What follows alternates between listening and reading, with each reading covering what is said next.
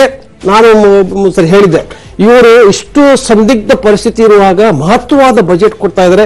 5 ಸ್ಟೇಟ್ಗಳು election ಹೋಗ್ತಾ ಇದೆ.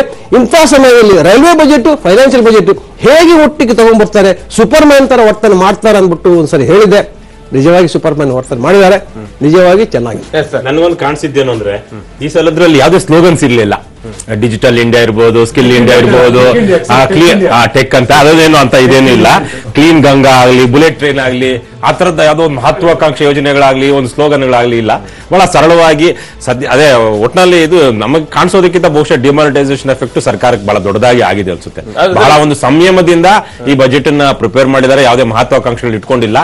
ಭಯ ಬರ್ತಿರೋದು ಅಲ್ಲೇನೆ, ಉದ್ಯೋಗ ಸೃಷ್ಟಿ ಹೇಗಾಗುತ್ತೆ ಅದ್ರ ಬಗ್ಗೆ ಏನು. ಈಗ ಅಲ್ಲಿ ಫಂಡ್ ಕೊಟ್ಟಿದೀವಿ, ಇಲ್ಲಿ ಫಂಡ್ ಕೊಟ್ಟಿದೀವಿ ಅಂತಾರೆ, ಆದ್ರೆ ಉದ್ಯೋಗ ಸೃಷ್ಟಿ ಮತ್ತು ಸಂಪತ್ತು ಸೃಷ್ಟಿ. ಈಗ ನರೇಗಾ ಸ್ಕೀಮ್ ಅಲ್ಲಿ ಎಷ್ಟೋ ಕಡೆಗಳಲ್ಲಿ ಅದು ಏನು ಪ್ರಾಜೆಕ್ಟ್ಸ್ ಸರಿಯಾದ ಏನು ಕಮ್ಯುನಿಟಿ ವೆಲ್ತ್ ಕ್ರಿಯೇಷನ್ಗೆ ಹೋಗ್ತಾ ಇಲ್ಲ. ಅಂದ್ರೆ ನಮ್ಮ ಕಮ್ಯುನಿಟಿ ಆ ಹಳ್ಳಿಯ ಯಾವುದೋ ಒಂದು ಸಮುದಾಯ ಭವನ ಕಟ್ಟೋದಕ್ಕೋ ಇನ್ನೊಂದಕ್ಕೋ ಹೋಗ್ತಾ ಇಲ್ಲ. ಅಂತಹ ಒಂದು ಇದಕ್ಕೆ ಯೋಚನೆ ಮಾಡಬೇಕಾಗಿತ್ತು. ಆ ತರದೊಂದು ಸ್ಕೀಮ್ಗಳು ಮತ್ತೆ ಸ್ಟಾರ್ಟ್ಅಪ್ಗಳಿಗೂ ಅದೇನು ಬಹಳ ದೊಡ್ಡದಾಗಿ ಸ್ಟಾರ್ಟ್ಅಪ್ ಬಹಳ ಸಪೋರ್ಟ್ ಸಿಗುತ್ತೆ ಅಂತ ಇದ್ರು. ಅದನ್ನ 3 ರಿಂದ 7 5 ರಿಂದ 7 ವರ್ಷಕ್ಕೆ ಟ್ಯಾಕ್ಸ್ ಬೇಕು ಆ ತರದ್ದೇನೋ ಕೇಳ್ತಾ ಇದ್ದಂಗಾಯ್ತು. ಅದ್ರಲ್ಲಿ ಸ್ವಲ್ಪ ಹೊಸ ಉದ್ಯೋಗಗಳಿಗೆ ಸ್ವಲ್ಪ ಇದು ಕೊಡಬೇಕಾಗಿತ್ತು. ಆ ತರದ್ದೇನು ಮಹತ್ವಾಕಾಂಕ್ಷೆ ಇರುವಂತದ್ದು, ಜೋಶ್ ಬರುವಂತದ್ದು ಏನು ಕಾಣಿಸ್ತಿಲ್ಲ. ರೆಡ್ಡಿ ಅವ್ರಿಗೆ ಒಂದು ಕ್ಲಾರಿಟಿ. ಈಗ ದುಡ್ಡನ್ನ ಅಲೋಕೇಶನ್, ಈಗ ನ್ಯಾಷನಲ್ ಹೈವೇ ಉದಾಹರಣೆ ತಗೊಳ್ಳಿ. ಒಟ್ಟು ಟ್ರಾನ್ಸ್ಪೋರ್ಟ್ ಸೆಕ್ಟರ್ ಕೊಟ್ಟದ್ದು 2.41 lakh crores, 2,40,000. ಇಲ್ಲ ಟ್ರಾನ್ಸ್ಪೋರ್ಟ್ ಸೆಕ್ಟರ್ ಅಷ್ಟೇ ನಾನು ಹೇಳ್ತೇನೆ. ರೋಡ್ವೇಸ್ ಇದು ಬೇರೆ ಇದೆ. ರೈಲ್ವೆ ಹೇಳಿದ್ರೆ 1.35 ಇದರಲ್ಲಿ 1.35 ನೀವು ರೈಲ್ವೆ ಹೇಳಿದ್ರಲ್ಲ, ಅದು ಬಿಟ್ಟು ಹೇಳ್ತಾ ಇದ್ರು. ಒಟ್ಟಿಗೆ ಸೇರಿದ 3,96,000 ಕೋಟಿ ಓವರ್ ಆಲ್ ಇನ್ಫ್ರಾಸ್ಟ್ರಕ್ಚರ್. ಅದರಲ್ಲಿ ನ್ಯಾಷನಲ್ ಹೈವೇ ಅಲೋಕೇಶನ್ 64,000 ಕೋಟಿ ಇದೆ. ಇದೆಲ್ಲ 133 ಕಿಲೋಮೀಟರ್ ಪರ್ ಡೇ ರೂರಲ್ ಇದೆಯಲ್ಲ, ಇವು ಎರಡನ್ನೂ ಮಾಡ್ಲಿಕ್ಕೆ ನಮ್ಮ ಗ್ರಾಮೀಣ ರಸ್ತೆ ಮಾಡ್ಬೇಕು ಹೋಗ್ಲಿ ಅಥವಾ ನ್ಯಾಷನಲ್ ಹೈವೇ ಮಾಡ್ಬೇಕಾಗ್ಲಿ, ಅಲ್ಲಿರ್ತಕ್ಕಂಥ ಯುವಕರೇ ಮಾಡ್ಬೇಕಲ್ಲ. ಯಾರೋ ಡೆಲ್ಲಿಲಿ ಬಂದು ಬೆಂಗಳೂರಿಂದ ಹೋಗಿ ಮಾಡಕ್ ಸಾಧ್ಯ ಇಲ್ಲ. ಎಂಪ್ಲಾಯ್ಮೆಂಟ್ ಜನರೇಷನ್ ಬಗ್ಗೆ ನಾ ಹೇಳ್ತಾ ಇರೋದು. ಆ ಕೆಲಸ ಮಾಡಕ್ಕೆ ಆಯಾ ಭಾಗದ ಗ್ರಾಮದ ಯುವಕರೇ ಮಾಡಬೇಕು, ಅಲ್ಲಿರ್ತಕ್ಕಂಥ ಕಾಂಟ್ರಾಕ್ಟರೇ ಕೆಲಸ ಮಾಡಬೇಕು. ಇದನ್ನ ನಾವು ಆಲೋಚನೆ ಮಾಡಬೇಕು. ಯಾವುದನ್ನು ಇದು ಸರ್ಕಾರನೇ ನಿಂತು ಮಾಡೋ ಕೆಲಸ. ಆಕ್ಚುಲಿ ಇನ್ನೊಂದು ನೀವು ಮೇನ್ ಮನ್ರೇಗಾದಲ್ಲಿ ಅವರು ಬಜೆಟ್ ಅಲ್ಲಿ ಹೇಳಿರೋದೇನು ಅಂದ್ರೆ 1 ಕೋಟಿ ವಿಲೇಜ್ ಪಾಯಿಂಟ್ಸ್ ನಾವು ಕ್ರಿಯೇಟ್ ಮಾಡಿದ್ವಿ ಅಂತ ಕನೆಕ್ಟ್ ಮಾಡಿದ್ದಾರೆ. ಅದನ್ನ ಮತ್ತೆ 2 ಕೋಟಿಗೆ ಮಾಡಿದ್ರು. ಅದು ಇಂಟ್ರೆಸ್ಟಿಂಗ್. ಇದು ಅಸೆಟ್ ಕ್ರಿಯೇಷನ್ ಆಗಿರೋದಿದೆಯಲ್ಲ, ಯಾಕಂದ್ರೆ ರೂರಲ್ ಇರಿಗೇಷನ್ ಸಿಸ್ಟಮ್ ಅನ್ನು ಡೆವಲಪ್ ಮಾಡಕ್ಕೆ ಅದು ಇಂಟ್ರೆಸ್ಟಿಂಗ್. ಇದು ಒಳ್ಳೆ ಡೆವಲಪ್ಮೆಂಟ್ ಅದು. ಆಮೇಲೆ ಇದ್ರದ್ದು ಯಾವ್ದು ನಿಮ್ಮ ಇಷ್ಟು ವಿಲೇಜ್ ಪಾಯಿಂಟ್ಸ್ ಆಯ್ತು, ಪಬ್ಲಿಕ್ ಅಸೆಟ್ ಇದು ಗ್ರಾಮೀಣ ಯುವಕರಿಗೆ ಆಯ್ತು. ನಮ್ಮ ರಾಜ್ಯದಲ್ಲಿ ಏನಾಗಿದೆ ಅಂತ ನಾವು ನೋಡಿದಾಗ ಬಹುತೇಕವಾಗಿ ಅದು ಪ್ರೈವೇಟ್ ಲ್ಯಾಂಡ್ಗಳಲ್ಲಿ ಆಗಿರುವಂತದ್ದು, ಉಪಯೋಗಿಸಕ್ಕಾಗದೇ ಇರುವಂತದ್ದು, ಎಲ್ಲಿ ನೀರು ಬರಲ್ವಾ, ಇದು ಅವ್ರ ಕೆಲಸ ಕೊಡ್ಬೇಕು ಅಂತ ಹೇಳಿ ಇದು ಯಾವ್ದೋ ಒಂದು ಕೀನಿಸ್ ಇದ್ರಲ್ಲಿ ನೀವು ಬೇಕಾದ್ರೆ ಕರ್ಕೊಂಡ್ ಬಂದ್ಬಿಟ್ಟು ಬೆಳಗ್ಗೆ ಒಂದು ಕಾಲುವೆ ಮಾಡಿ ಸಂಜೆ ಮುಚ್ಚಿಬಿಟ್ಟು ಸಂಬಳ ಕೊಡಿ ಅಂತ ಒಂದು ಇದಿತ್ತು.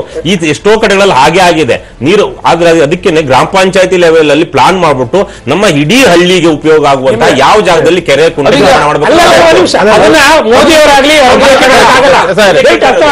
ನಾನು ಅದನ್ನ ಈಗ ಒಂದು ಸರ್ಕಾರದ ಮುಖ ಯಾವ ನಮ್ಮ ಫೆಡರಲ್ ಸಿಸ್ಟಮ್ ಅಲ್ಲಿ ಸ್ಟೇಟ್ ಗವರ್ಮೆಂಟ್ ಇದೆ, ಅದನ್ನ ಏನು ಮಾಡಕ್ಕಾಗಲ್ಲ. ಪಂಚಾಯತಿನೇ ಮಾಡಬೇಕು. ಆ ಪಂಚಾಯತಿ ಆಗ್ಬಹುದು.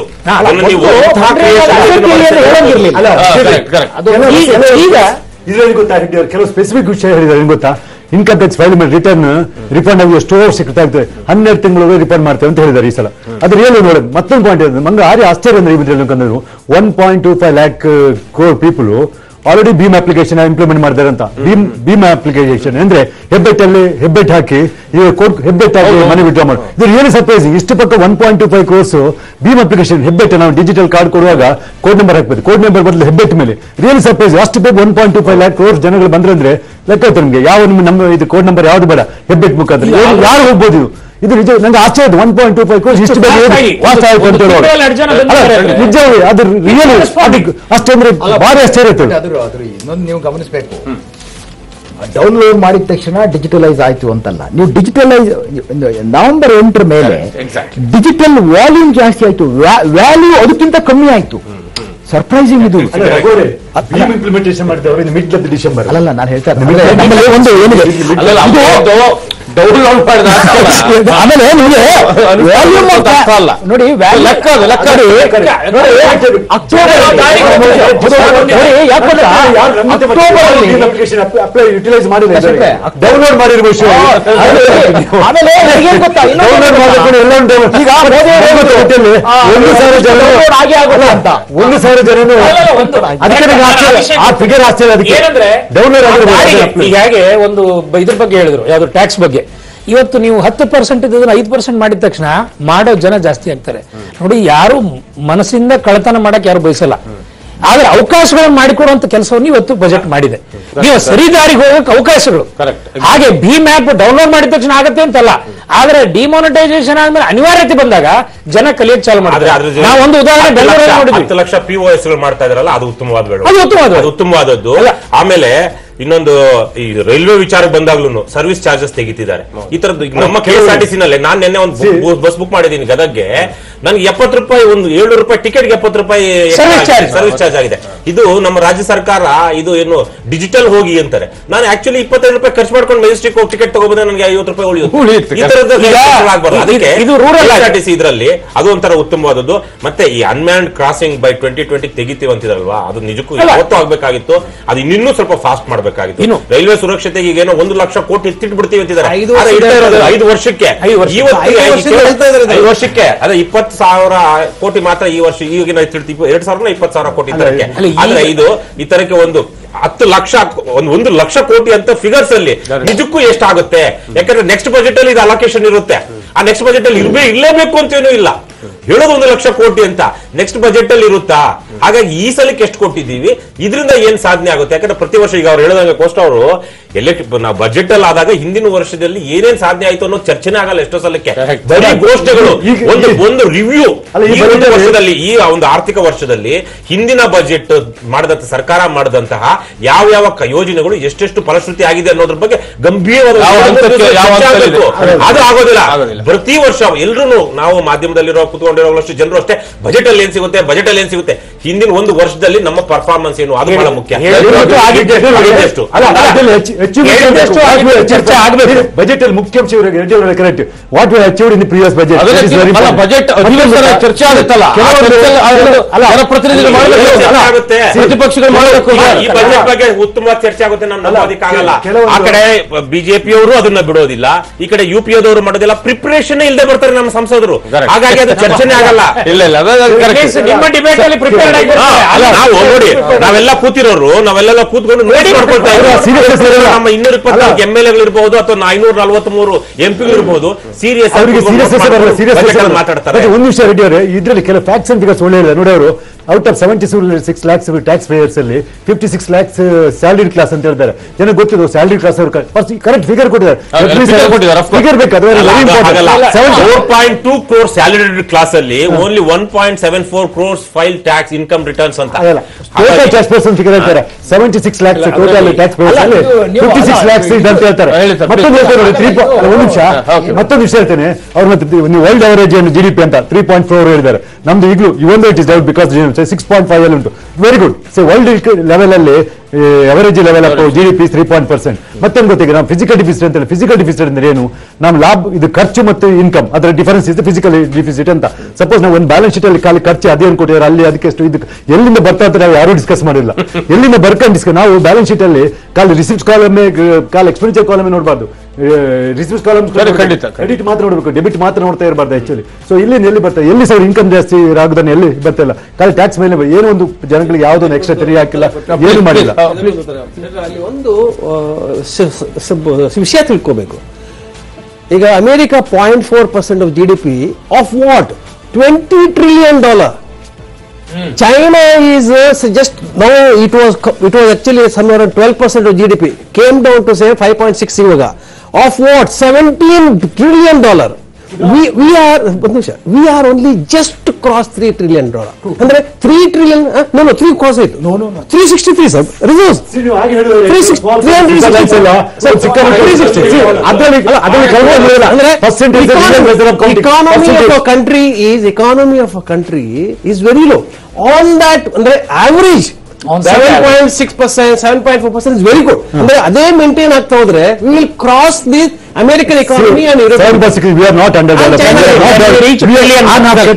ಡೆವಲಪ್ಡ್ ಕ್ಯಾಟಗರಿ ತರಬಹುದು. we are the developed country ಅಂತ ಹೇಳ್ಬೋದು ಅದಕ್ಕೆ. ನೋಡಿ ಕಷ್ಟ ಹೇಳಿದ್ ಕರೆಕ್ಟ್, ಆದ್ರೆ ಅದ್ರಲ್ಲಿ ಇನ್ನೊಂದು ಇಂಪಾರ್ಟೆಂಟ್ ಇದೆ. ನೀವು ಪರ್ ಕ್ಯಾಪಿಟಲ್ ಇನ್ಕಮ್ ನೋಡ್ಬೇಕು.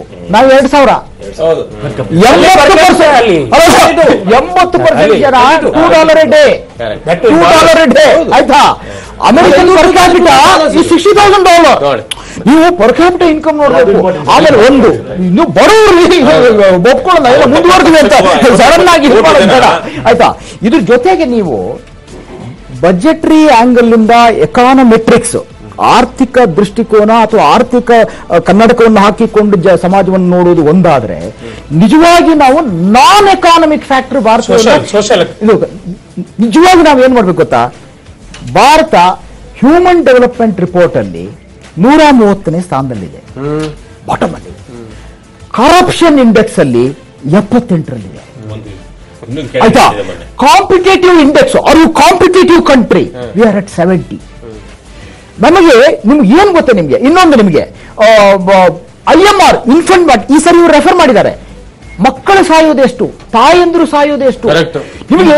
ಆಮೇಲೆ ಈಸ್ ಆಫ್ ಡೂಯಿಂಗ್ ಬಿಸ್ನೆಸ್ ಇಡೀ ಜಗತ್ತಲ್ಲಿ, ನಾನು ಇನ್ನೊಂದು ಹೇಳಿದ್ದೆ ಗಜನಾನಗದವರು, ಏನು ಅಂತ ಹೇಳಿದ್ರೆ, ಭಾರತ ನಿಮ್ಮ ಸೈಟ್ ಅಲ್ಲಿ ನಿಮ್ಮ ಮನೆ ಕಟ್ಟೋದಕ್ಕೆ ಅತಿ ಕ್ಲಿಷ್ಟಕರವಾದ ದೇಶ ಭಾರತ. ಎಷ್ಟೇ ಸ್ಥಾನದಲ್ಲಿದೆ ಗೊತ್ತಾ? Out of 185 country, India is at 185. ಮನೆ ಕಟ್ಟೋದಿಲ್ಲ ನಿಮ್ಮ ಸೈಟ್ ಅಲ್ಲಿ, ಮನೆ ಕಟ್ಟೋದಕ್ಕೆ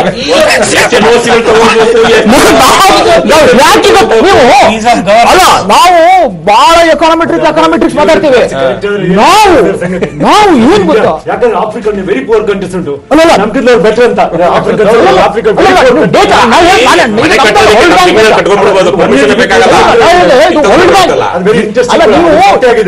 ಸತ್ಯ ಅಲ್ಲ, ನೀವು world bank data is of doing business ನೋಡಿ, ಫ್ಯಾಕ್ಟರ್ಸ್ ಇದೆ. ತಗೋಬೇಕು, BMRD ತಗೋಬೇಕು, BBMP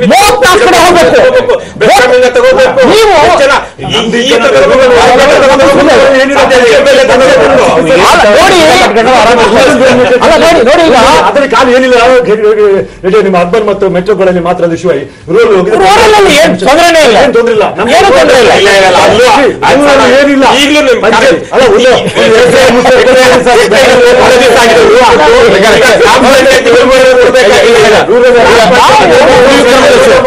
ನಾವು ಯಾಕೆ ಎಕಾನಮಿಕ್ ಡೆವಲಪ್ ಆಗ್ಬೇಕು ಅಂದ್ರೆ, ಎಂತ ಕರಪ್ಟ್ ದೇಶ ರೀ. ಒಂದು ಬಿಸ್ನೆಸ್ ಶುರು ಮಾಡ್ಬೇಕು ಅಂದ್ರೆ ಕಷ್ಟ ಕೇಳಿ 36 ಕಡೆ ಹೋಗಿ ಸುತ್ತಾಡಬೇಕು, ಸಿಗಲ್ಲ, ಕೊಡಲ್ಲ, ಮಾಡಲ್ಲ ಆಯ್ತಾ. ನೀವು ಇವತ್ತು ಹೇಳ್ತಾ ಭಾರತದ ನಿಜವಾಗಿ ದೇಶ ಹೇಗೆ ಅಂತ ನೋಡ್ಬೇಕಾದ್ರೆ, ಸರ್ಕಾರಿ ಅಧಿಕಾರಿಯ ಎದುರುಗಡೆ ಕೂತ್ಕೊಳ್ಳೋಕೆ ಸೇರಿರಲ್ಲ,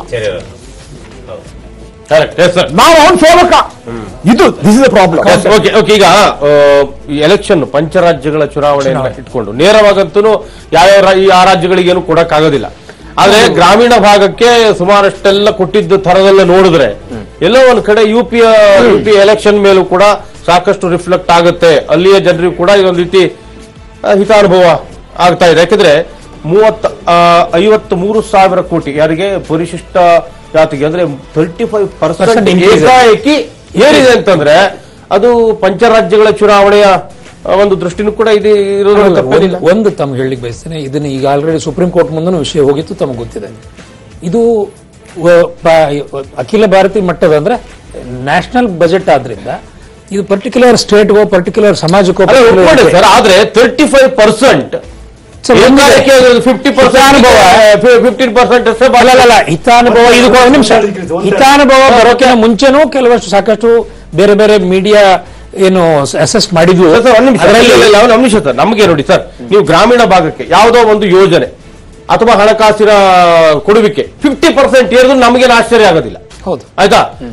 ಅದೇ ಪರಿಶಿಷ್ಟ ಜಾತಿ ಸಹಜವಾಗಿ ವೋಟ್ ಬ್ಯಾಂಕ್, ಅದು ಅಲ್ಪಸಂಖ್ಯಾತರು, ಅದು ಹಿಂದುಳಿದ ವರ್ಗದವರು, ಇವರೆಲ್ಲ ಸೇರ್ಬಿಟ್ರೆ ಅವರು ವೋಟ್ ಬ್ಯಾಂಕ್, ಅದು ಬಹಳ ಮಹತ್ವ ರಾಜಕೀಯ ಪಕ್ಷಗಳಿಗೆ. ಅಲ್ಲಿ 35% ನೀವು ಏಕಾಏಕಿ ಏರ್ಸಿರೋದಿದೆಯಲ್ಲ, ನಮ್ಗೆ ಹಾಗಾಗೇನೆ ಇದಿಲ್ಲ ಒಂದ್ ಕಡೆ ಎಲೆಕ್ಷನ್ಗೆ ಫೋಕಸ್ ಆದಂಗಿದೆ. ಎಲೆಕ್ಷನ್ ಪ್ರಶ್ನೆನೂ ಬರಲ್ಲ. ಎಲೆಕ್ಷನ್ ಇದು ಇರ್ತದೆ, ಮುಂದೆ ಇನ್ನೊಂದು ಎಲೆಕ್ಷನ್ ಬರ್ತದೆ, ಅದು ಪ್ರಶ್ನೆ ಅಲ್ಲ. ಇವತ್ತು ಮಾಡಬೇಕು ಅಂತ ನಿರ್ಣಯ ಮಾಡಿದ್ದು ಕೇಂದ್ರ ಸರ್ಕಾರ, ಮತ್ತು ಅದನ್ನ ಅವರು ಸೂಚ್ಯವಾಗಿ ಹೇಳಿದ್ರು. ನಮ್ಮ ಸ್ಟ್ರೆಸ್ ಏನೇ ಇದ್ರು ಗ್ರಾಮೀಣ ಜನತೆ ಪ್ರಿಯಾರಿಟಿ ಸೆಕ್ಟರ್ ಹೇಳ್ತಾ ಬಂದ್ರಲ್ಲ, ಗ್ರಾಮೀಣ ಜನತೆ ಮೊದಲನೇದು, ಎರಡನೇದು ಬಡವರು, ಮೂರನೇದು ಯುವಕರು, ನಾಲ್ಕನೇದು ಮಹಿಳೆ ಮತ್ತು ಮಕ್ಕಳು, ದೆನ್ ಐದನೇದು ಇನ್ಫ್ರಾಸ್ಟ್ರಕ್ಚರ್.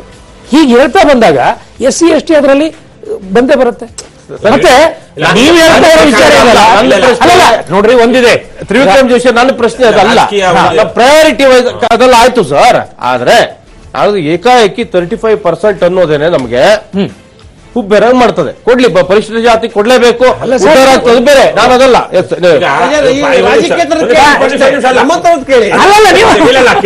ಈ ಪ್ರಶ್ನೆ ರಾಜಕೀಯ ಅಂತ ಕೇಳಿ ನಮ್ಮ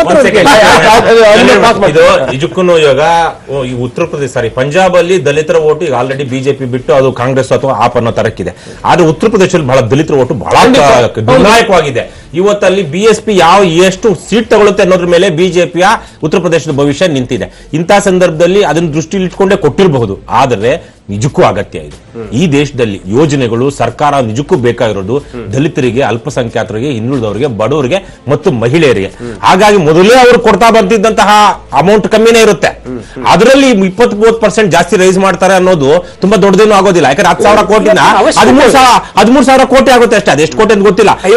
ಲಕ್ಷ ಕೋಟಿಲಿ 2% ಜಾಸ್ತಿ ಮಾಡಿ 2,000 ಕೋಟಿ ಆಗುತ್ತೆ. ಅದೇ 10,000ದಲ್ಲಿ 35% ಮಾಡಿದ್ರು 3,000 ದಾಟೋದಿಲ್ಲ. ಹಾಗಾಗಿ ನಿಜಕ್ಕೂ ದಲಿತರಿಗೆ ಈ ದೇಶದ ನಮ್ಮ ರಾಜ್ಯದಲ್ಲೇನೆ ಆಗ ನೋಡಿದ್ರೆ ದಕ್ಷಿಣ ಭಾರತದ ರಾಜ್ಯಗಳು ಆ ವಿಚಾರವಾಗಿ ಉತ್ತರ ಭಾರತದ ಅನೇಕ ರಾಜ್ಯಗಳಿಗಿಂತ ಬಹಳ ಮುಂದೆ ಇದಾವೆ. ಆದ್ರೆ ನಮ್ಮ ರಾಜ್ಯದಲ್ಲೇ ಇಷ್ಟು ಪರ್ಸೆಂಟೇಜು ದಲಿತರ ಕಲ್ಯಾಣಕ್ಕಾಗಿನೇ ಖರ್ಚು ಮಾಡಬೇಕು ಅಂದ್ರೂ ಅದು ಹೋಗೋದು ಖರ್ಚಾಗೋದು ಬೇರೆ ಯೋಜನೆಗಳಿಗೇನೆ, ಬೇರೆ ಬೇರೆ ಯಾರ್ಯಾರೋ. ಹಾಗಾಗಿ ನಿಜಕ್ಕೂ ಅದನ್ನ ನಾವು ಶ್ಲಾಘಿಸಬೇಕು. ಎಲೆಕ್ಷನ್ ಆಗ್ಬಿಡ್ಲಿ, ಈಗ ಒಳಗೆ ಹೋಗ್ಲಿ, ಎಲೆಕ್ಷನ್ ಅಂತಾರು ಒಂದಷ್ಟು ಒಳ್ಳೆ ಕೆಲಸ ಆಗ್ತಾ ಇದೆಯಲ್ವಾ. ಹಾಗಾಗಿ ನಿಜಕ್ಕೂ ಅದು ಆಗ್ತಾ ಇದೆ ಅಂದ್ರೆ ನಾನು ಸ್ವಾಗತಿಸ್ತೀನಿ. ಆಮೇಲೆ ಎಷ್ಟೋ ಸಲಕ್ಕೆ ನಾನು ಒಂದೇ ಒಂದು ಮಾತು, ಎಷ್ಟೋ ಸಲಕ್ಕೆ ಎಲೆಕ್ಷನ್ ಅನ್ನೋ ಒಂದೇ ಕಾರಣಕ್ಕಾಗಿ ನಮ್ಮ ರಾಜಕೀಯ ಪಕ್ಷಗಳು ಒಂದಷ್ಟು ಮಾನವೀಯತೆಯಿಂದ ನಡ್ಕೊಳ್ತಾರೆ. ಓಕೆ, ಒಂದು ಬ್ರೇಕ್ ತಗೋಬರ್ತೀನಿ. ನಿಮಗೆ ಇದೇ ಪ್ರಶ್ನೆ ನಿಮಗೂ ಕೂಡ ಪಾಸ್ ಮಾಡ್ತೀನಿ, ಒಂದು ಬ್ರೇಕ್ ತಗೋಬರ್ತೀನಿ. ಎಸ್, ವಿಶೇಷ ಕಾರ್ಯಕ್ರಮ, ಚರ್ಚಾ ಕಾರ್ಯಕ್ರಮ ಮುಂದುವರಿಯೋದಕ್ಕೆ ಮುಂಚೆ ಸ್ಮಾಲ್ ಬ್ರೇಕ್.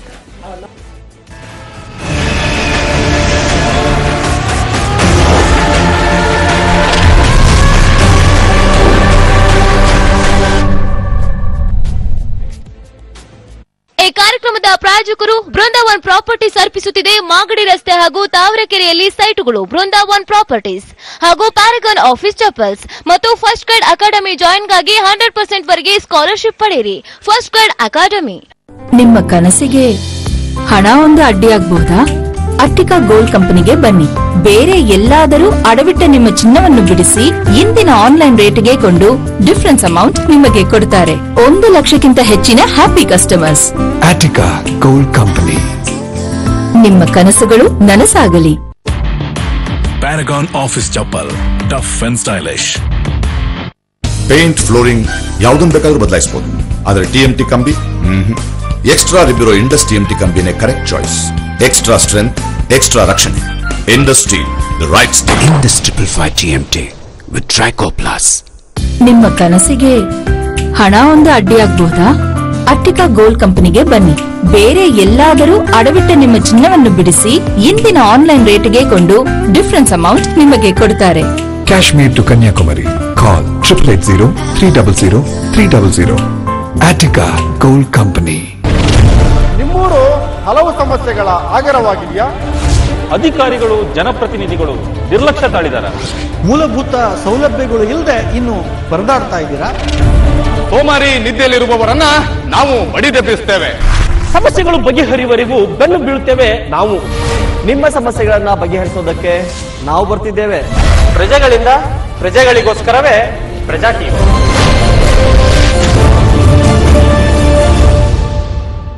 ನಿಮ್ಮ ಕನಸಿಗೆ ಹಣ ಒಂದು ಅಡ್ಡಿಯಾಗಬಹುದಾ? ಅಟ್ಟಿಕಾ ಗೋಲ್ಡ್ ಕಂಪನಿಗೆ ಬನ್ನಿ. ಅಟ್ಟಿಕಾ ಗೋಲ್ಡ್ ಕಂಪನಿ ನಿಮ್ಮ ಚಿನ್ನವನ್ನು ಇಂದಿನ ಆನ್ಲೈನ್ ರೇಟ್ಗೆ ಕೊಂಡು ನಿಮಗೆ 1 ನಿಮಿಷದಲ್ಲಿ ಹಣ ಕೊಡುತ್ತಾರೆ. ಅಟ್ಟಿಕಾ ಗೋಲ್ಡ್ ಕಂಪನಿಗೆ ರಾಷ್ಟ್ರಾದ್ಯಂತ ಬ್ರಾಂಚಸ್ ಇವೆ. Attica gold company. ನಿಮ್ಮ ಕನಸುಗಳು ನನಸಾಗಲಿ. Paragon office chappal, tough and stylish. ವರ್ಷಗಟ್ಲೆ ಕಷ್ಟಪಟ್ಟು ಸಂಪಾದನೆ ಮಾಡಿ ನೀವು ಚಿನ್ನ ತಗೊಳ್ತೀರಿ. ಅದು ಸರಿಯಾದ ಬೆಲೆನ ಅಂತ ತಿಳ್ಕೊಳ್ಳೋಕೆ ಎಷ್ಟು ಹೊತ್ತು ಸ್ಪೆಂಡ್ ಮಾಡ್ತೀರಿ? ಲಲಿತಾ ಜ್ಯುವೆಲರಿಗೆ ಬನ್ನಿ. ನಿಮಗೆ ಇಷ್ಟವಾದ ಆಭರಣವನ್ನ ಸೆಲೆಕ್ಟ್ ಮಾಡಿ. ಅದು ಯಾವ ಆಭರಣ ಆಗಿದ್ರು ನಿಮ್ಗೊಂದು ಎಸ್ಟಿಮೇಟ್ ಸ್ಲಿಪ್ ಕೊಡ್ತೀವಿ. ಇದನ್ನ ಇಟ್ಕೊಂಡು 4-5 ಶೋರೂಮ್ಗಳಲ್ಲಿ ಕಂಪೇರ್ ಮಾಡಿ ನೋಡಿ. ಲಲಿತಾ ಜ್ಯುವೆಲರಿಯಲ್ಲೋ ಬೇರೆ ಯಾವ ಅಂಗಡಿಯಲ್ಲಿ ಬೆಲೆ ಕಡಿಮೆಯಾಗಿದೆಯೋ ಅಲ್ಲೇ ತಗೊಳ್ಳಿ. ನಾನು ಹೇಳಿದ್ದನ್ನ ಸ್ವಲ್ಪ ಥಿಂಕ್ ಮಾಡಿ. ಕಾರ್ಯಕ್ರಮದ ಪ್ರಾಯೋಜಕರು ಬೃಂದಾವನ್ ಪ್ರಾಪರ್ಟೀಸ್ ಅರ್ಪಿಸುತ್ತಿದೆ ಮಾಗಡಿ ರಸ್ತೆ ಹಾಗೂ ತಾವರೆಕೆರೆಯಲ್ಲಿ ಸೈಟುಗಳು ಬೃಂದಾವನ್ ಪ್ರಾಪರ್ಟೀಸ್ ಹಾಗೂ ಪ್ಯಾರಗಾನ್ ಆಫೀಸ್ ಚಪ್ಪಲ್ಸ್ ಮತ್ತು ಫಸ್ಟ್ ಗೈಡ್ ಅಕಾಡೆಮಿ ಜಾಯಿನ್ಗಾಗಿ 100% ವರೆಗೆ ಸ್ಕಾಲರ್ಶಿಪ್ ಪಡೆಯಿರಿ. First guide academy.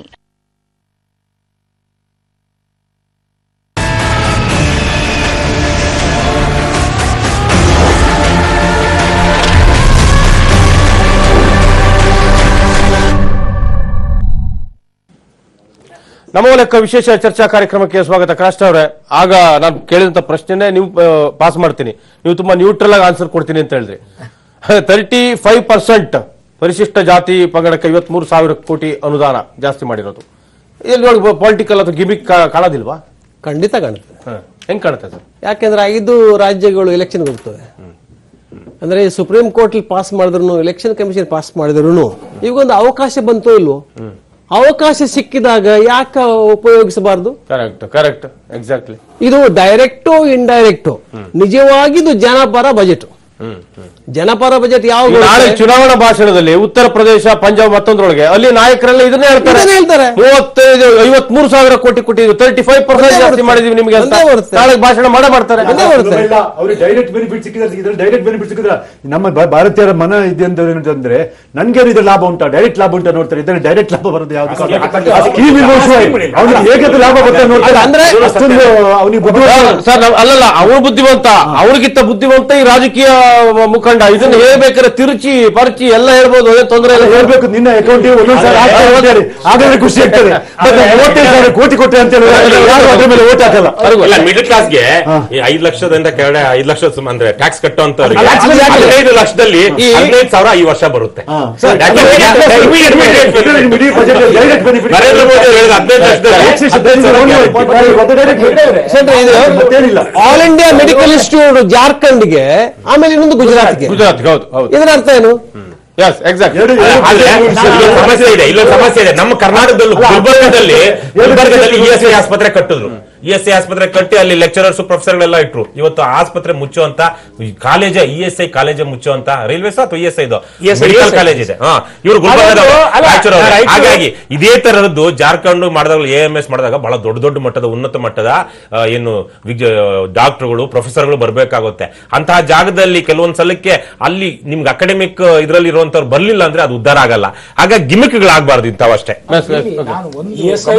ಸರ್ಕಾರ ಮಾಡಿದಂತ ದೊಡ್ಡ ತಪ್ಪು. 1400 ಕೋಟಿ ಇದೆಯಲ್ಲ, ನಿಮಗೆ ವರ್ಷ ಬಜೆಟ್ ಬಂದಾಗ ಮಹಿಳೆ ಮತ್ತು ಮಕ್ಕಳರಿಗೆ ಎಷ್ಟು, ಮಹಿಳೆ ಮತ್ತು ಮಕ್ಕಳು ಈ ಸಮಾಜದ ಎಷ್ಟು ಪರ್ಸೆಂಟೇಜ್ ಇದ್ದಾರೆ, ದಲಿತರು ಮತ್ತು ಈ ಹಿಂದುಳಿದ ವರ್ಗದವರು ಎಷ್ಟು ಪರ್ಸೆಂಟೇಜ್ ಇದ್ದಾರೆ, ಅವರಿಗೆ ನ್ಯಾಯ ಒದಗಿಸ್ತಾ ಇದೆಯಾ ಅಂತ ಬಜೆಟ್ ಅನಾಲಿಸಿಸ್ ಮಾಡ್ತಾರೆ. ಇದು ಸೋಷಿಯಲ್ ಸ್ಪೆಂಡಿಂಗ್ ಇಟ್ಕೊಂಡು ಅವರ ಸೊಸೈಟಿಯಲ್ಲಿ ಅವರ ಕಾಂಪೋಸಿಷನ್ ಇಟ್ಕೊಂಡು ಅನಾಲಿಸಿಸ್ ಮಾಡಬೇಕು. ಇದುವರೆಗೂ ಅವ್ರು ಇರುವ ಪರ್ಸೆಂಟೇಜ್ಗೆ ನ್ಯಾಯ ಒದಗಿಸಿಲ್ಲ. ಅನ್ಯಾಯ ಹಾಕೊಂಡೆ ಈ ಬಜೆಟ್ ಅಲ್ಲೂ ನ್ಯಾಯ ಇದೆ. ನೀವು ಅನಲೈಸ್ ಮಾಡ್ಬೇಕು ಆ ತರ. ಯಾಕಂದ್ರೆ 22% ಈ ಸೆಗ್ಮೆಂಟ್ ಇದ್ದಾಗ, ಆಮೇಲೆ ನಿಮ್ಗೆ ಮುಖ್ಯವಾಗಿ ಅಂದ್ರೆ ಸರ್ವೆ ಆಫ್ ಎಕಾನಮಿಕ್ ಸೆನ್ಸಸ್ ಆಯ್ತಲ್ಲ, ಎಕಾನಮಿಕ್ ಸೆನ್ಸ್ SECC ಅಂತ ಹೇಳ್ಬಿಟ್ಟು, ಅದು ಬಹಳ ಮುಖ್ಯವಾದ ಸರ್ವೆ ಈ ದೇಶದಲ್ಲಿ. ಯಾಕಂದ್ರೆ economic caste census, survey of economic caste census. ಯಾಕಂದ್ರೆ ಎಲ್ಲ ಸರ್ವೆಗಳಿಗಿಂತಲೂ ನಮಗೆ ಆ ಸರ್ವೆ ಮುಖ್ಯ. ದಲಿತರು ಸೂರ್ ಎಷ್ಟಿದೆ, ಒಂದೇ ರೂಮಲ್ಲಿ 3 ಜನರೇಷನ್ ಎಷ್ಟು ಜನ ಇದ್ದಾರೆ, ಹೀಗೆಲ್ಲ ಸರ್ವೆ ಮಾಡ್ಕೊಂಡು ನೋಡ್ಕೊಂಡು ಬಂದ್ರೆ ನಿಜವಾಗಿ ನ್ಯಾಯ ಒದಗಿಸ್ಬೇಕಾಗಿದೆಯಲ್ಲ, ಅವ್ರಿಗೆ ಒದಗಿಸ್ತಾ ಇಲ್ಲ. ಇವತ್ತು ನಿಮಗೆ ವುಮೆನ್ ಅಂಡ್ ಚೈಲ್ಡ್ ವೆಲ್ಫೇರ್ಗೆ ಅವ್ರ ಸೊಸೈಟಿಗೆ ಅವ್ರಿಗೊಂದು ಕಾಂಪೋಸಿಷನ್ ಇದೆ. ಮಕ್ಕಳು ಅಂತ ಹೇಳಿದ್ರೆ ನಿಮಗೆ 2 ಕೋಟಿ ಮಕ್ಕಳು approximately every year they are born here in this country. ನೀವು ಅಂಡರ್ 5 ಅಂತ ಹೇಳಿದ್ರೆ 10 ಕೋಟಿ ಆಯ್ತು. 10 ಕೋಟಿ ಮಕ್ಕಳಿಗೆ ನಿಮ್ಮ ಬಜೆಟ್ ಅಲ್ಲಿ ಅವರು ಪ್ರಯಾರಿಟಿ ಸೆಕ್ಟರ್ ಅಲ್ವಾ? ನಾವು ಪ್ರಯಾರಿಟಿ ಸೆಕ್ಟರ್, ಆ ಸೆಕ್ಟರ್, ಈ sector, children are priority. But ನೀವು ಅಂಗನವಾಡಿ ಇಂಥದ್ದು ನೋಡ್ಕೊಂಡು ಹೋದಾಗ ಸೆಗ್ಮೆಂಟ್ ಅಲ್ಲಿ ನೀವು ಎಷ್ಟು ಪರ್ಸೆಂಟೇಜ್ ಇವ್ರಿಗೆ ಕೊಡ್ತೀವಿ, ನಿಜವಾಗಿಯೂ ದೀನದಲಿತರಿ ನೀವು ನಮ್ಮಲ್ಲಿ ಈಗ ಕ್ಯಾಲ್ಕುಲೇಷನ್ ಕೆಲವು ಸರ್ ಈಗ ಹೇಳ್ತಾರೆ, ನೀವು ಅವರಿಗೆ ತಿಂಗಳಿಗೆ 1,000 ರೂಪಾಯಿ ಬಡವರಿಗೆ ಕೊಟ್ಬಿಟ್ರೆ ಭಾರತದಲ್ಲಿ ಯಾರು ಬಡವರೇ ಇಲ್ಲ ಅಂತ. ಇದು ಮುಟ್ಟಾಳ್ತನ. ಇದು UBI ಸ್ಕೀಮ್ ಬಗ್ಗೆ ನಾನು ಮೊನ್ನೆ ಓದ್ತಾ ಇದ್ದಲ್ಲ, ನೋಡಿ ಇವರು ಏನ್ ಗೊತ್ತಾ, ಈ ಯೂನಿವರ್ಸಲ್ ಬೇಸಿಕ್ ಇನ್ಕಮ್ ಈ ಸರಿ ಬರಬೇಕಾಗಿತ್ತು, ಅದನ್ನ ಡಿಲೇ ಮಾಡಿ ಅಂತ ಎಕಾನಮಿ ಸರ್ವೆ ಹೇಳಿದ್ರು, ಡಿಲೇ ಮಾಡಿದ್ದಾರೆ. ಆದ್ರೆ ಇವ್ರು ಅಂದಾಜು ಏನಿದೆ ಗೊತ್ತಾ, ಆದ್ರೆ ಅನಾಲಿಸಿಸ್ ಹೇಗೆ ಬರ್ತಾ ಇದೆ ಗೊತ್ತಾ, ಅನ್ನಭಾಗ್ಯ ನಿಲ್ಲಿಸಿ, ಎಲ್ಲ ನಿಲ್ಲಿಸಿ, ಸಬ್ಸಿಡಿ ನಿಲ್ಲಿಸಿ, fertiliser direct extra implicit implicit explicit ಎಲ್ಲ ಸಬ್ಸಿಡಿ ನಿಲ್ಲಿಸಿ, ಅದ್ರ ಬದಲು ಇದು ಕೊಡಿ. ಆದ್ರೆ ಇದರಿಂದ ಬಡತನ ನಿರ್ಮೂಲ ಆಯ್ತು ಅಂತ ಹೇಳ್ಬಾರ್ದು.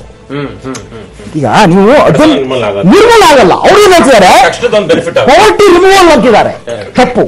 ಹಾಗಾಗಿ ನಾವು ಏನ್ ನೋಡ್ಬೇಕಾದ್ರೆ ಈ ಸೆಗ್ಮೆಂಟ್ ಅಲ್ಲಿ ಇರುವ ಇಷ್ಟು ಜನರು ಬಡವರು ಇದಾರಲ್ಲ, ಅವ್ರಿಗೆ ನೀವೇನ್ ಮಾಡಿದ್ರಿ ಅಂತ, ನೀವು ಯಾವ್ದೋ ಒಂದು SEZ ಮಾಡಿದ್ರೆ 5 ಲಕ್ಷ ಕೋಟಿ ಹೋಗ್ತದೆ, ಅದು ಸಮಸ್ಯೆ ಇದೆ. ಈಗ ತ್ರಿವಿಕ್ರಮ್ ಜೋಶಿ ಅವರೇ, ಈಗ ಮೂಲಭೂತ ಸೌಲಭ್ಯಗಳು ಮತ್ತೊಂದು ಮಗದೊಂದಲ್ಲ ಆಯ್ತು. ನಮಗೆ ಬೇಳೆಕಾಳುಗಳು, ಆಹಾರ ಧಾನ್ಯ, ನಮ್ಮ ಮೂಲಭೂತ ಅವಶ್ಯಕತೆಗಳಿದೆ ಬದುಕೋದಕ್ಕೆ. ಸೊ ಆ ಒಂದು ರೇಟ್ ಇಳಿಯುತ್ತೆ ಅನ್ನೋದು ಒಂದು ನಿರೀಕ್ಷೆ. ಅಲ್ಲ, ಜನಸಾಮಾನ್ಯರಿಗಾಗಿ ಅದನ್ನ ಎಕ್ಸ್ಪೆಕ್ಟೇಷನ್ ಅಲ್ಲೂ ಹೇಳಿದ್ರು. Budget expectation note PAN effect ಇದ್ರ ಮೇಲೂ ಕೂಡ ಬಿದ್ದಿದೆ ಅಂತಂದ್ರೆ ಈಗ ರೇಟ್ ಎಲ್ಲ ಇಳಿಬೇಕಿತ್ತಪ್ಪ.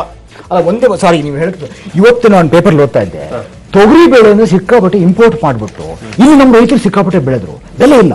ನಾನು ಅನ್ಕೊಂಡೆ ಇಡೀ ದೇಶದಲ್ಲಿ ಬಿತ್ತನೆ ಆಗಿರೋದು ಗೊತ್ತು ತೊಗರಿ ಬೇಳೆ, ಎಕರೆ ಜಾಸ್ತಿ ಆಗಿದೆ, ಪ್ರೊಡಕ್ಷನ್ ಜಾಸ್ತಿ ಆಗಿದೆ, ಯಾಕೆ ಇಂಪೋರ್ಟ್ ಮಾಡಿದ್ರು? ಬೆಲೆ ಬಿದ್ದೋಗಿದೆ. ಆ ವಿಚಾರಕ್ಕೆ ನೋಡಿ, ನಮ್ಮ ರಾಜ್ಯ ಸರ್ಕಾರಗಳು ಅದ್ರಲ್ಲಿ ಬಹಳ ಏನು ಒಂದು ರೀತಿಯಲ್ಲಿ ಬಹಳ ಕೆಟ್ಟ ರೀತಿಯಲ್ಲಿ ಫೇಲ್ ಆಗ್ತವೆ. ನಮ್ಮ ರಾಜ್ಯದ ಕಂದಾಯ ಮಂತ್ರಿ, ಕೃಷಿ ಮಂತ್ರಿ, ಅನಿಮಲ್ ಹಸ್ಬೆಂಡ್ರಿ ಮಂತ್ರಿ, ಆರ್ಥ ಮಂತ್ರಿ ಇವರೆಲ್ಲ ಕೂತ್ಕೊಂಡು ಏನಾಗಿದೆ ಅನ್ನೋದ್ರ ಬಗ್ಗೆ ಮಾತಾಡಬೇಕು. ಮೊದಲೆಲ್ಲ ನಮ್ಮ ತಹಸೀಲ್ದಾರ್ಗೆ ನೇರವಾಗಿ ಗ್ರಾಮ ಸೇವಕ್ ರಿಪೋರ್ಟ್ ಮಾಡ್ಕೊಳ್ತಾ ಇದ್ರು, ಯಾವ ಹಳ್ಳಿನಲ್ಲಿ ಏನಿದೆ ಅಂತ, ಎಷ್ಟು ಏನ್ ಬೆಳೆ ಇದೆ ಅಂತ.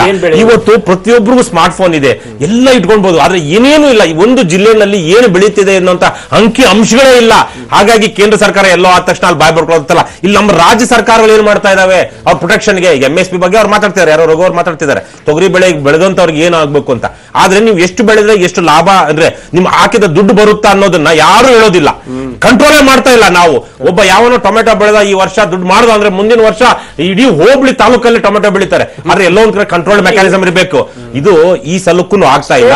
ಅಂತಹ ಒಂದು ಸೈಂಟಿಫಿಕ್ ಆಗಿರುವಂತದ್ದು ಸೆಂಟ್ರಲ್ ಗವರ್ಮೆಂಟ್ ತರಬೇಕು. ಯಾಕಂದ್ರೆ ನಾವು ಸೆಂಟ್ರಲ್ ಗವರ್ಮೆಂಟ್ ಸಬ್ಸಿಡಿ ಕೊಡುತ್ತೆ, ಸೆಂಟ್ರಲ್ ಗವರ್ಮೆಂಟ್ ಬಡ್ಡಿ ಇದು ಕೊಡುತ್ತೆ, ಬಡ್ಡಿ ಮನ್ನಾ ಮಾಡ್ತಾ ಇದೆ. ಆದ್ರೆ ರಾಷ್ಟ್ರ ವ್ಯಾಪಿಯಾಗಿ ಒಂದು ಇದು ಬರಬೇಕು, ಬಂತು. ಬೇಳೆ ಪಲ್ಸ್ ಎನ್ಕರೇಜ್ ಮಾಡಿದ್ರು, ಬೇಳೆ ಕಾಳುಗಳನ್ನು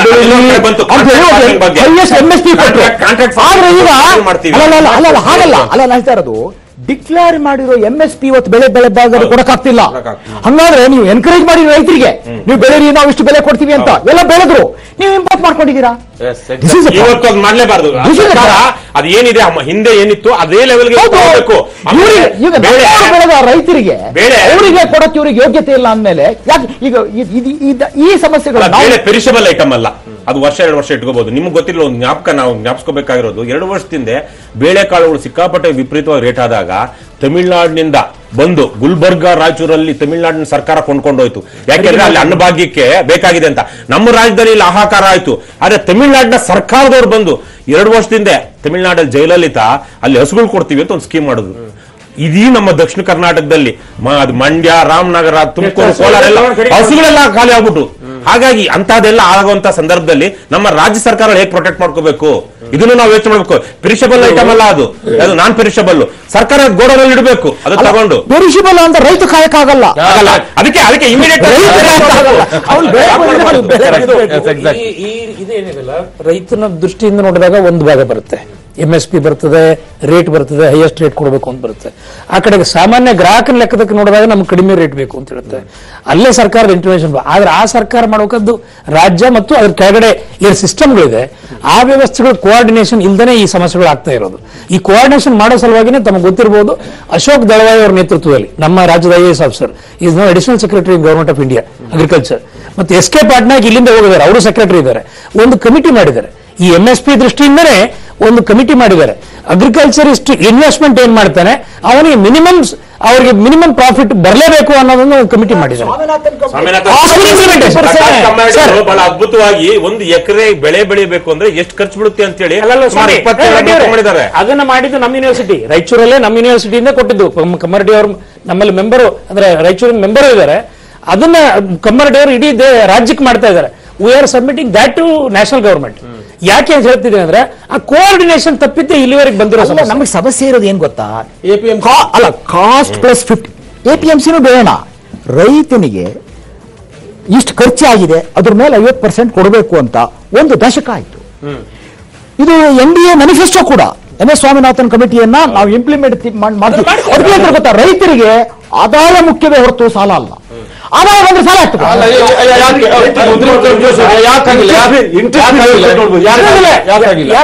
ಇಂಪ್ಲಿಮೆಂಟೇಷನ್ ಸ್ಟೇಜ್ ನಡೆದಿದೆ, ಅದನ್ನೇ ಹೇಳೋದು. ಅದು ಕಮಿಟಿ ಆಗಿದೆ, ಅದಕ್ಕೆ ರಿಪೋರ್ಟ್ ತಗೊಂಡಿದ್ದಾರೆ. ಈ ಎಲ್ಲ ರಾಜ್ಯ, ಬರೀ ರಾಜ್ಯ ಕರ್ನಾಟಕದ ಎಲ್ಲ ರಾಜ್ಯಗಳದ್ದು ತಗೊಂಡು ಅದನ್ನ ಇಂಪ್ಲಿಮೆಂಟೇಷನ್ಗೆ ಸ್ಟೆಪ್ ವೈಸ್ ಮಾಡ್ತಾ ಇದ್ದಾರೆ. ಈಗ ಇದರಲ್ಲಿ ಅನೌನ್ಸ್ ಮಾಡಿದ ಸಹಿತ ಅದನ್ನ ಸಪೋರ್ಟ್ ಪ್ರೈಸ್ ಅನ್ನು ಡಬಲ್ ಮಾಡಿದ್ದಾರೆ ಈಗ. ಇಲ್ಲ ಸಾರಿ, ಸಪೋರ್ಟ್ ಪ್ರೈಸ್ ಅಂದ್ರೆ ಅದಕ್ಕೆ ಇರ್ತಕ್ಕಂಥ ಇದ್ರದ್ದು ಇದೆಯಲ್ಲ ಅಪೆಕ್ಸ್ ಅಮೌಂಟ್.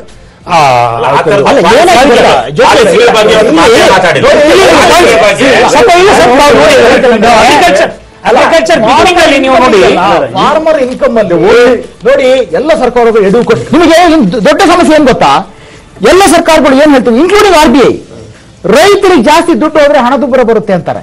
ವಾದ ನಿಮಗೆ ಬೇಸಿಕ್ ಇನ್ಕಮ್ ಇದೆಯಲ್ಲ, ಈಗ ನೋಡಿ, ನಾನ್ ಇದು ಏನು ಅಗ್ರಿಕಲ್ಚರ್ ಬಿಟ್ಟು, ಅಗ್ರಿಕಲ್ಚರ್ ಕೃಷಿಯೇತರ ಇನ್ಕಮ್ ಬಿಟ್ರೆ, ಬರೀ ಕೃಷಿ ತಗೊಂಡ್ರೆ ನ್ಯಾಷನಲ್ ಸ್ಯಾಂಪಲ್ ಸರ್ವೆ ಪ್ರಕಾರ 3,000 ರೂಪಾಯಿ ತಿಂಗಳಿಗೆ ಆದಾಯ ರೈತರ ಕುಟುಂಬದ್ದು ನೋಡಿ.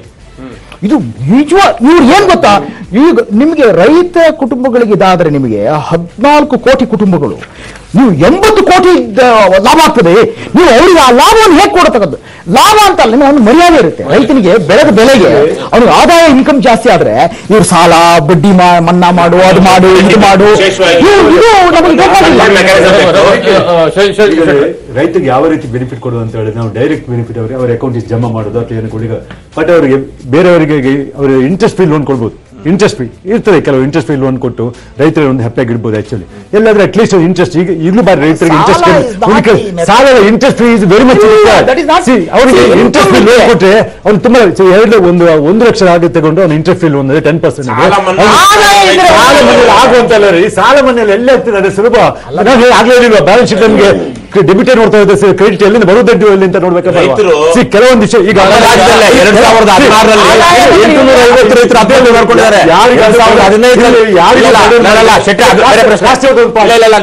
ತೋಟ ಇನ್ನೊಂದು ಮಾಡ್ಕೊಂಡ್ರೆ ರೈತರಿಗಲ್ಲ ಏನು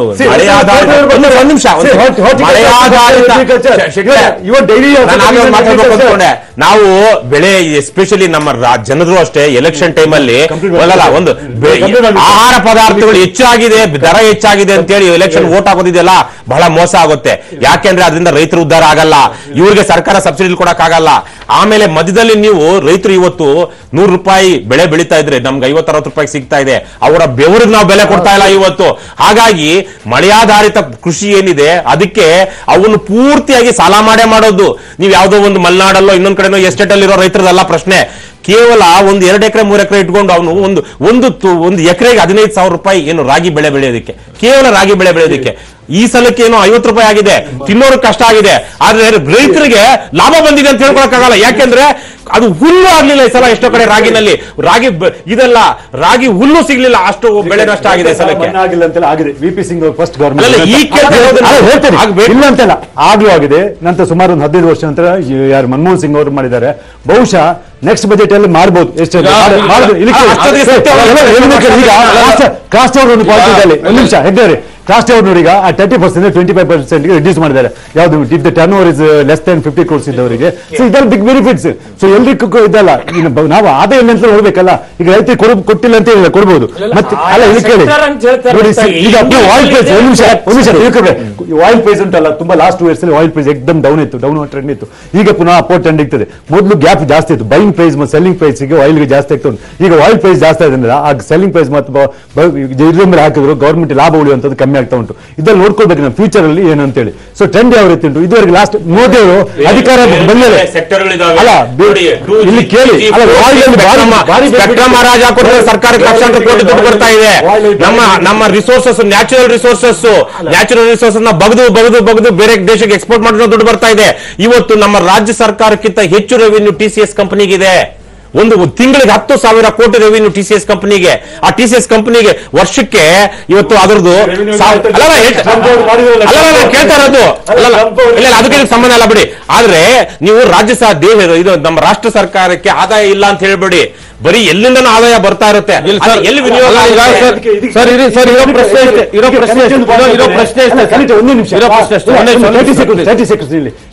ಅದಕ್ಕೆ ನೋಡಿ, ಬ್ಯಾಂಕ್ಗಳಿಗೆ ಗೊತ್ತು ಎಲೆಕ್ಟ್ರಿಸಿಟಿ ಫಂಡ್ ಮಾಡಿದ ಎಲೆಕ್ಷನ್ 10,000 ಕೋರ್ಸ್ ಮಾಡ್ತಾರೆ.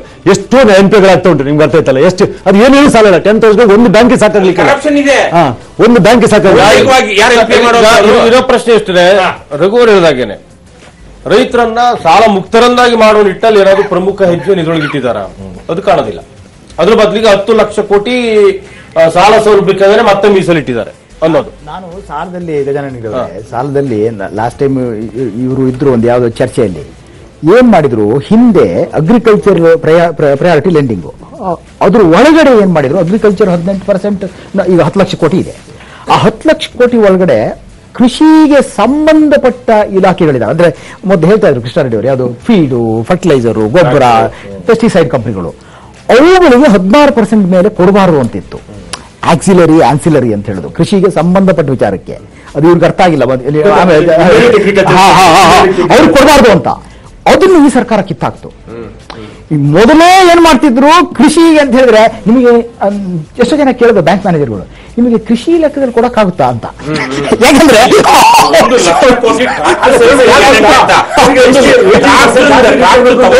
ಎಷ್ಟು ರೈತರು ಎಲ್ಲಾ ಕಡೆಗಳಲ್ಲೂ ನಮ್ಮಲ್ಲಿ ಒಂದು ಆ್ಯಪ್ ಇದೆ, ಶೆಟ್ರೆ, ಒಂದು ಆ್ಯಪ್ ಇದೆ.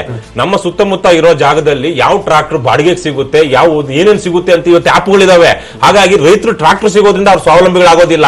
ಇವತ್ತು ಅವ್ರು ಬೆಳೀತಿದ್ದಾರಲ್ಲ, ಅದಕ್ಕೆ ದರ ಸಿಗೋದ್ರಿಂದ, ಕನಿಷ್ಠ ದರ ಸಿಗೋದ್ರಿಂದ ಮಾತ್ರ ರೈತರು ಉದ್ಧಾರ.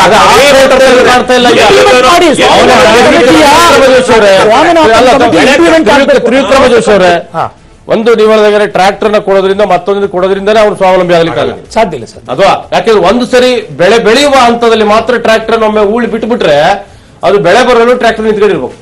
ನಾ ಹೇಳೋದು ಅಂದ್ರೆ ಪರ್ಮನೆಂಟ್ ಆಗಿ ರೈತರನ್ನ ಸ್ವಾವಲಂಬಿಯಾಗಿ ಮಾಡುವುದಕ್ಕೆ ನೇರವಾದಂತ ಯಾವ ಒಂದಿದೆ ಸರ್.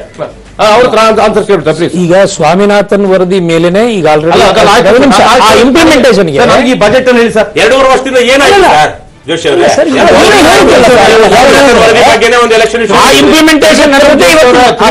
ನನಗೆ ಈ ಬಜೆಟ್ ಅಲ್ಲಿ ರೈತರನ್ನ ಸ್ವಾವಲಂಬಿ ಮಾಡೋದಕ್ಕೆ ನೇರವಾಗಿ ಏನಿದೆ ಅಂಶ ಹೇಳ್ಬಿಡಿ. ಅಲ್ಲ, ರೈತರನ್ನು ಸ್ವಾವಲಂಬಿ ಮಾಡಕ್ಕೆ ಇವತ್ತು ಅವ್ರಿಗೆ ಬೇಕಾದಂತ ಎಲ್ಲ ವ್ಯವಸ್ಥೆಗಳನ್ನ ಯಾವುದು, ಒಂದು ವೇಳೆ ಅವ್ರ ಬೆಳೆ ನಷ್ಟ ಆದ್ರೆ ಅದು ಕೊಡ್ಲಿಕ್ಕೆ ಪರ್ಸೆಂಟೇಜ್ ಮಾಡಿದ್ದಾರೆ. ಅಲ್ಲ ಸರ್, ಫಸಲ್ ಬಿಮಾ ಯೋಜನೆ 600 ರೂಪಾಯಿ ಸಿಗುತ್ತಂತೆ. ನಿಮಿಷ, ರೂಪಾಯಿ ಸಿಗುತ್ತಂತೆ. ನೀವು ಚಿತ್ರದುರ್ಗದಲ್ಲಿ ಆಯ್ತು, ಸಂವಾದ ಆದಾಗ ಜರ್ನಲಿಸ್ಟ್ಗಳೆಲ್ಲ ನಾನು ತಂದು ಹೇಳ್ತಾ ಇದ್ರು, ನಾವು ಮಾತಾಡ್ತಿರುವಾಗ ಅದು ಇಷ್ಟೆಲ್ಲ ಆದ್ಮೇಲೆ ಯಾವ್ದೋ ಒಂದು ಬೆಳೆ ನಷ್ಟ ಆಯ್ತು, ಎಕರೆಗೆ 600 ರೂಪಾಯಿ. ಏನ್ ಗೊತ್ತಾ, ಫಸಲ್ ಬಿಮಾ ಯೋಜನೆ ಒಂದು ರೀತಿಯಲ್ಲಿ ಸಕ್ಸಸ್. ಯಾಕೆ ಅಂತ ಹೇಳಿದ್ರೆ 36,000 ಇಡೀ ದೇಶದ ಏನು 16 ಲಕ್ಷ ಕೋಟಿಯ ಕೃಷಿ ಇದೆಯಲ್ಲ, ಅದರಲ್ಲಿ ಇನ್ಶೂರೆನ್ಸ್ ಆಗಿದ್ದು 34,000 ಕೋಟಿ ಮಾತ್ರ ಮೊದಲು. ಕಳೆದ ವರ್ಷ 1 ಲಕ್ಷ ಕೋಟಿ ಹೋಯ್ತು. Very good.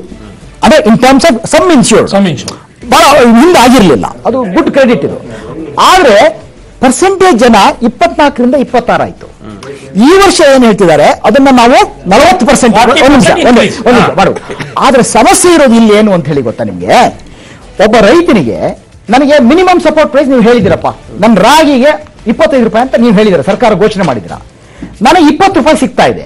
ಆ 5 ರೂಪಾಯಿನ ಇನ್ಶೂರೆನ್ಸ್ ಅಲ್ಲಿ ನೀವು ಕಾಂಪನ್ಸೇಟ್ ಮಾಡಬೇಕು. ಆಗ್ತಲ್ಲ. ಇದಕ್ಕೇನ್ ಹೇಳೋದಂದ್ರೆ ಮಾರ್ಕೆಟ್ ವಾಲಟೈಲಿಟಿ ಇದೆಯಲ್ಲ, ಮಾರ್ಕೆಟ್ ಪ್ರೈಸ್ ವಾಲಟೈಲಿಟಿ. ನನಗೆ ಬರಗಾಲ ಬಂದು ನನಗೆ ಲಾಸ್ ಆದ್ರೂ ಒಂದೇ, ಬೆಲೆ ಸಿಗದೆ ಇದ್ರೆ ಲಾಸ್ ಆದ್ರೂ ಒಂದೇ. ನನಗೆ ಲಾಭ ಇಲ್ಲ. ಇದನ್ನ ಪ್ರೈಸ್, ಈಗ ಡಿಮಾಂಡ್ ಏನಿರೋದು ಅಂತ ಹೇಳಿದ್ರೆ, ಪ್ಲೀಸ್ ಅಕಾಮಡೇಟ್ ಪ್ರೈಸ್ ವಾಲಟೈಲಿಟಿ ಇನ್ ಫಸಲ್ ಬಿಮಾ ಯೋಜನಾ. ಅವಾಗ ಏನಾಗುತ್ತೆ ಗೊತ್ತಾ, ನಾನು ಸಮ್ ಇನ್ಶೂರೆನ್ಸ್ ಕಟ್ಟಿರ್ತೀನಿ, ನನಗೆ ಮಾರ್ಕೆಟ್ ಅಲ್ಲಿ ಬೆಲೆ ಇಲ್ಲದೆ ಇದ್ರೂ ರಿಸ್ಕೇ ಅದು. ಅದು ಅಕಾಮಿಡೇಟ್ ಆಗ್ಬೇಕು. ಸೊ ಅದು ಫೋಕಸ್ಡ್ ಆಗಿ ಆಗ್ತಾ ಇಲ್ಲ ನೋಡಿ, ಇದು ಡೀಟೇಲ್ ಒಂದು ಅರ್ಥ ಮಾಡ್ಕೊಳ್ಳಿ. ನೀವು ಅಗ್ರಿಕಲ್ಚರ್ ಬಗ್ಗೆ ಕಂಪೇರ್ ಮಾಡ್ತಾರೆ. ಒಂದ್ ನಿಮಿಷ ಈ ಲೈಫ್ ಇನ್ಸೂರೆನ್ಸ್ ಇಲ್ಲಿ ಕವರ್ ಆಗಿದೆ, ಕಾಯಿಲೆ ಬುದ್ಧ ಕೂಡಲೇ ಅದೇನು ಕವರ್ ಸತ್ರ ಮಾತ್ರ ಸಿಗುದು. ಆ ರೀತಿ ಈ ಹೊಸ insurance crop insurance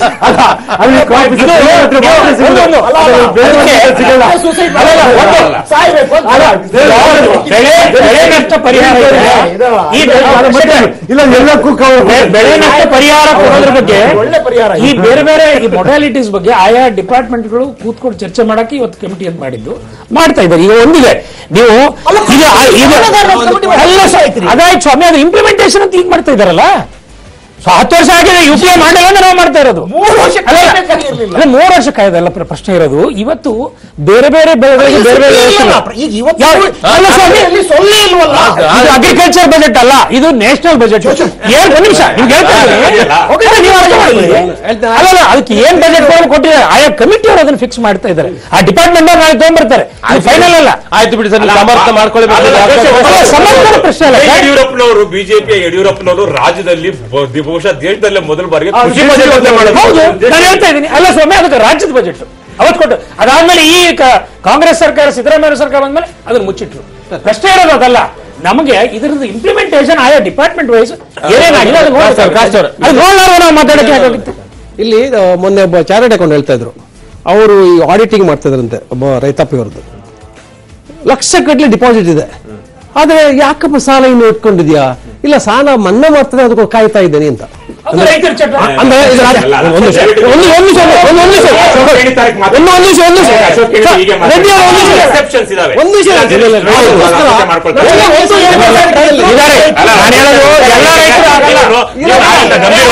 ಜನತೆಯಿಂದ ಮಾತಾಡ್ತಿದ್ದೀರಾ, slip of the tongue ಬಹಳ ಕೆಟ್ಟ ಸಂದೇಶ ಹೇಳಕ್ಕೆ ಹೋಗ್ತಾ ಇರಲಿಲ್ಲ. ಆದ್ರೆ ನೀವು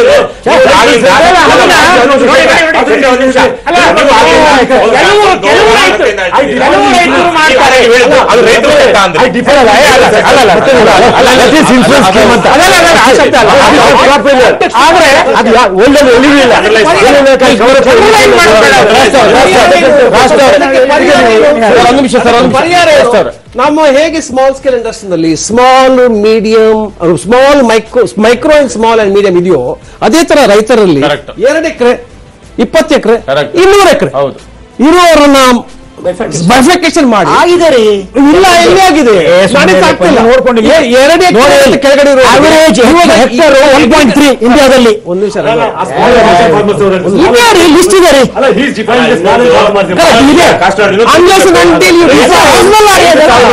ತಗೊಂಡ್ರು ಅವ್ನಿಗೆ ಎನ್ಕಂಪ್ರೆನ್ಸ್ ಸಿಗಲ್ಲ, ಇನ್ನೊಂದು ತಗೊಳಕ್ ಆಗಲ್ಲ. ಹಾಗಾಗಿ ಹಾಗಾಗಿ ರೈತರಿಗೆ ಅವ್ರಿಗೆ ನಿಜಕ್ಕೂ ಅವ್ರಿಗೆ ಏನು 40% ರೈತರು ಇವತ್ತು ಕೈಗಡ ಸಾಲ ಬಹಳ ಮಾತಾಡಂಗಿಲ್ಲ. ಅದಕ್ಕೆ ನಮ್ಮ ರಾಜ್ಯ ಸರ್ಕಾರ ಒಂದಷ್ಟು ಕಾನೂನು ತಂತು ಮೊನ್ನೆ ರೈತರು ಆತ್ಮಹತ್ಯೆ ಮಾಡ್ಕೊಳ್ತಿರುವಾಗ ಯಾರಾದ್ರೂ ಮನಿ ಸಾಲ ತಗೊಂಡಿದ್ರೆ, ಕೈ ಸಾಲ ತಂದಿದ್ರೆ, ನೀವು ಕೈ ಸಾಲ ಯಾರು ತಗೊಳ್ತಾ ಇದ್ರೆ ಅವ್ರನ್ನ ನಾವು ಜೈಲ್ಗೆ ಹಾಕ್ತೀವಿ ಅಂತ ಬಂತು. ಆದ್ರೆ ಇವತ್ತು ನಿಜಕ್ಕೂ ರೈತರಿಗೆ ತಕ್ಷಣಕ್ಕೆ ಸಾಲ ಸಿಗೋದು ಸಾಲನೇ, ಇನ್ಸ್ಟಿಟ್ಯೂಷನ್ ಸಿಗ್ತಾ ಇಲ್ಲ. ಬಟ್ ಅದನ್ನ ಬಡ್ಡಿ ಇಲ್ಲ ಸಾಲ ಎಲ್ಲ ವಿಷಯಗಳನ್ನು ಕೇಂದ್ರ ಸರ್ಕಾರ ನಿರ್ಣಯ ಮಾಡಕ್ಕಾಗಲ್ಲ.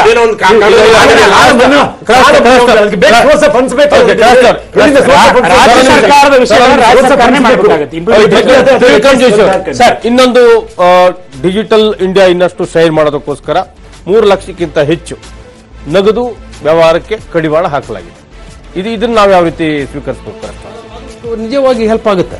ನಾವು ಯಾವಾಗ ಟ್ರಾನ್ಸ್ಪರೆನ್ಸಿ ಮತ್ತೆ ಬ್ಯಾಂಕ್ರಪ್ಟೆನ್ಸಿ ಮತ್ತೆ ಈ ಬ್ಯಾಂಕ್ ನಲ್ಲಿ ಕೋಡ್ ಬಂದ ಟ್ರಾನ್ಸ್ಪರೆನ್ಸಿ ಬ್ಯಾಂಕ್ ಕೋಡ್ ಬಂದಿದೆಯೋ, ಯಾವಾಗ ನಾವು ವ್ಯವಹಾರ ಮಾಡುವಾಗ ಎಲ್ಲ ಡಿಜಿಟಲ್ ಕನ್ವರ್ಟ್ ಮಾಡಬೇಕು ಅಂದ್ಬಿಟ್ಟು ಏನು ಡಿಜಿಟಲ್ ಇಂಡಿಯಾದಲ್ಲಿದೆ, ಕರಪ್ಷನ್ ಹೋಗಲಾಡಿಸ್ಬೇಕು ಅಂತ ಹೇಳ್ಬಿಟ್ಟು ಇವಾಗ ಸರ್ಕಾರ ಯೋಜನೆ ಮಾಡಿದ್ಮೇಲೆ, ಸೊ ಇದೊಂದು ಕಡಿವಾಣ ಹಾಕಿದ್ರೆ ಚೆನ್ನಾಗಿರುತ್ತೆ. ಯಾಕಂದ್ರೆ ಯಾರೂ ಕೂಡ 3 ಲಕ್ಷದ ಮೇಲೆ ಕ್ಯಾಶ್ ಟ್ರಾನ್ಸಾಕ್ಷನ್ ಮಾಡಬಾರ್ದು. ಮಾಡಿದ್ರೆ ಜೈಲಿಗೆ ಹಾಕ್ತಾರೆ. ಏನಂತಿಲ್ವಲ್ಲ, ಏನಂತಿಲ್ಲ.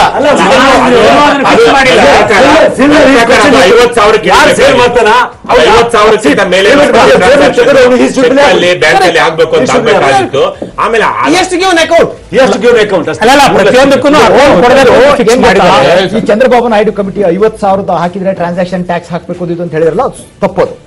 ಈ 3 lakh limit appears to be acceptable. But ಸಮಸ್ಯೆ ಇರೋದು ಏನ್ ಗೊತ್ತಾ, ಇಡೀ FCI ಫುಡ್ ಕಾರ್ಪೊರೇಷನ್ ಆಫ್ ಇಂಡಿಯಾದವರು ಪಂಜಾಬ್ ಅಲ್ಲಿ ಗೋಧಿ ಮತ್ತೆ ಅಕ್ಕಿಯನ್ನ ತೆಗೆದುಕೊಳ್ಳೋದಕ್ಕೆ ಕೇಂದ್ರ ಸರ್ಕಾರ 55,000 ಕೋಟಿ ಕ್ಯಾಶ್ ಕೊಡುತ್ತೆ. ಆರ್ತಿಯಾಸ್ ಅಂತ ಹೇಳ್ತಾರೆ, ಬ್ರೋಕರ್ಸ್ ಅಂತ. ಬ್ರೋಕರ್ಸ್ ಕ್ಯಾಶ್ ಕೊಟ್ಟು, ಇದು ಇಂಡಿಯಾದ ಒಂದು ಪ್ಯಾರಾಡಾಕ್ಸ್. ಇದು ಇವತ್ತು ಆರ್ತಿಯಾಸ್ ಏನ್ ಹೇಳ್ತಾರೆ ಗೊತ್ತಾ, ಕೃಷ್ಣ ರೆಡ್ಡಿ ಹೇಳಿದ ಕರೆಕ್ಟ್. ಪಂಜಾಬ್ ಅಲ್ಲಿ ರೈತರು ಹೆಂಗ್ ಗೊತ್ತಾ, ನನ್ನ ಮಗನಿಗೆ ಹುಷಾರಲ್ಲಿ ಆಸ್ಪತ್ರೆ ಸೇರ್ಬೇಕು, ಆ ದಾರಿಯಲ್ಲಿ ಬರ್ತೀನಿ 1 ಲಕ್ಷ ಇಡು ಅಂತಾನೆ ಅವ್ನು ಇಟ್ಕೊಂಡಿರ್ತಾನೆ. ಅವನಿಗೆ ಗೋಧಿ ಕೊಡೋದು. ಈ ಆರ್ತಿಯಾಸ್ ನೋಡಿ, ಪಂಜಾಬ್ ಇಡೀ ಇಂಡಿಯಾದ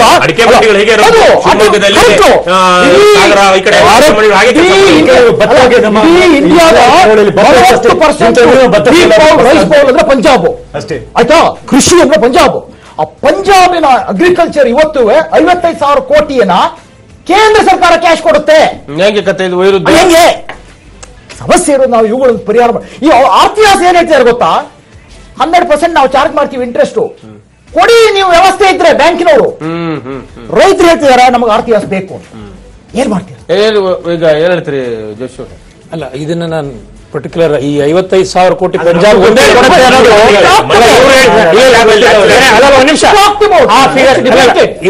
ಏನಾಗುತ್ತೆ ಆ ಫಿಗರ್ ಬಗ್ಗೆ ನನಗೆ ಬರೀ ಒಂದು ರಾಜ್ಯಕ್ಕೆ ಬಿಸ್ನೆಸ್ ಸರ್ಕಾರ ನಡೆಸ್ತಾರೆ ಡಿಸ್ಪ್ಯೂಟ್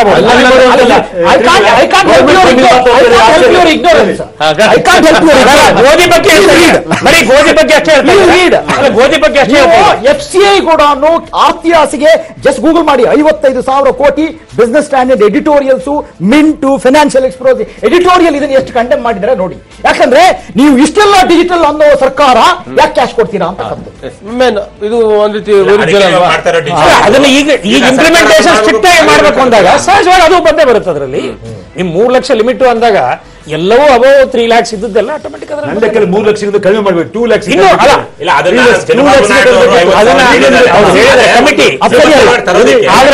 ಈಗಲೇ ನಮ್ಮ ಪಾನ್ ನಂಬರ್ ಅಲ್ಲಿ ಕೇಳ್ತಾರೆ. ಈಗ ಗೋಲ್ಡ್ ಶಾಪಿಗೆ ಹೋಗಿ ನೀವು ಇಷ್ಟೇ ಇದು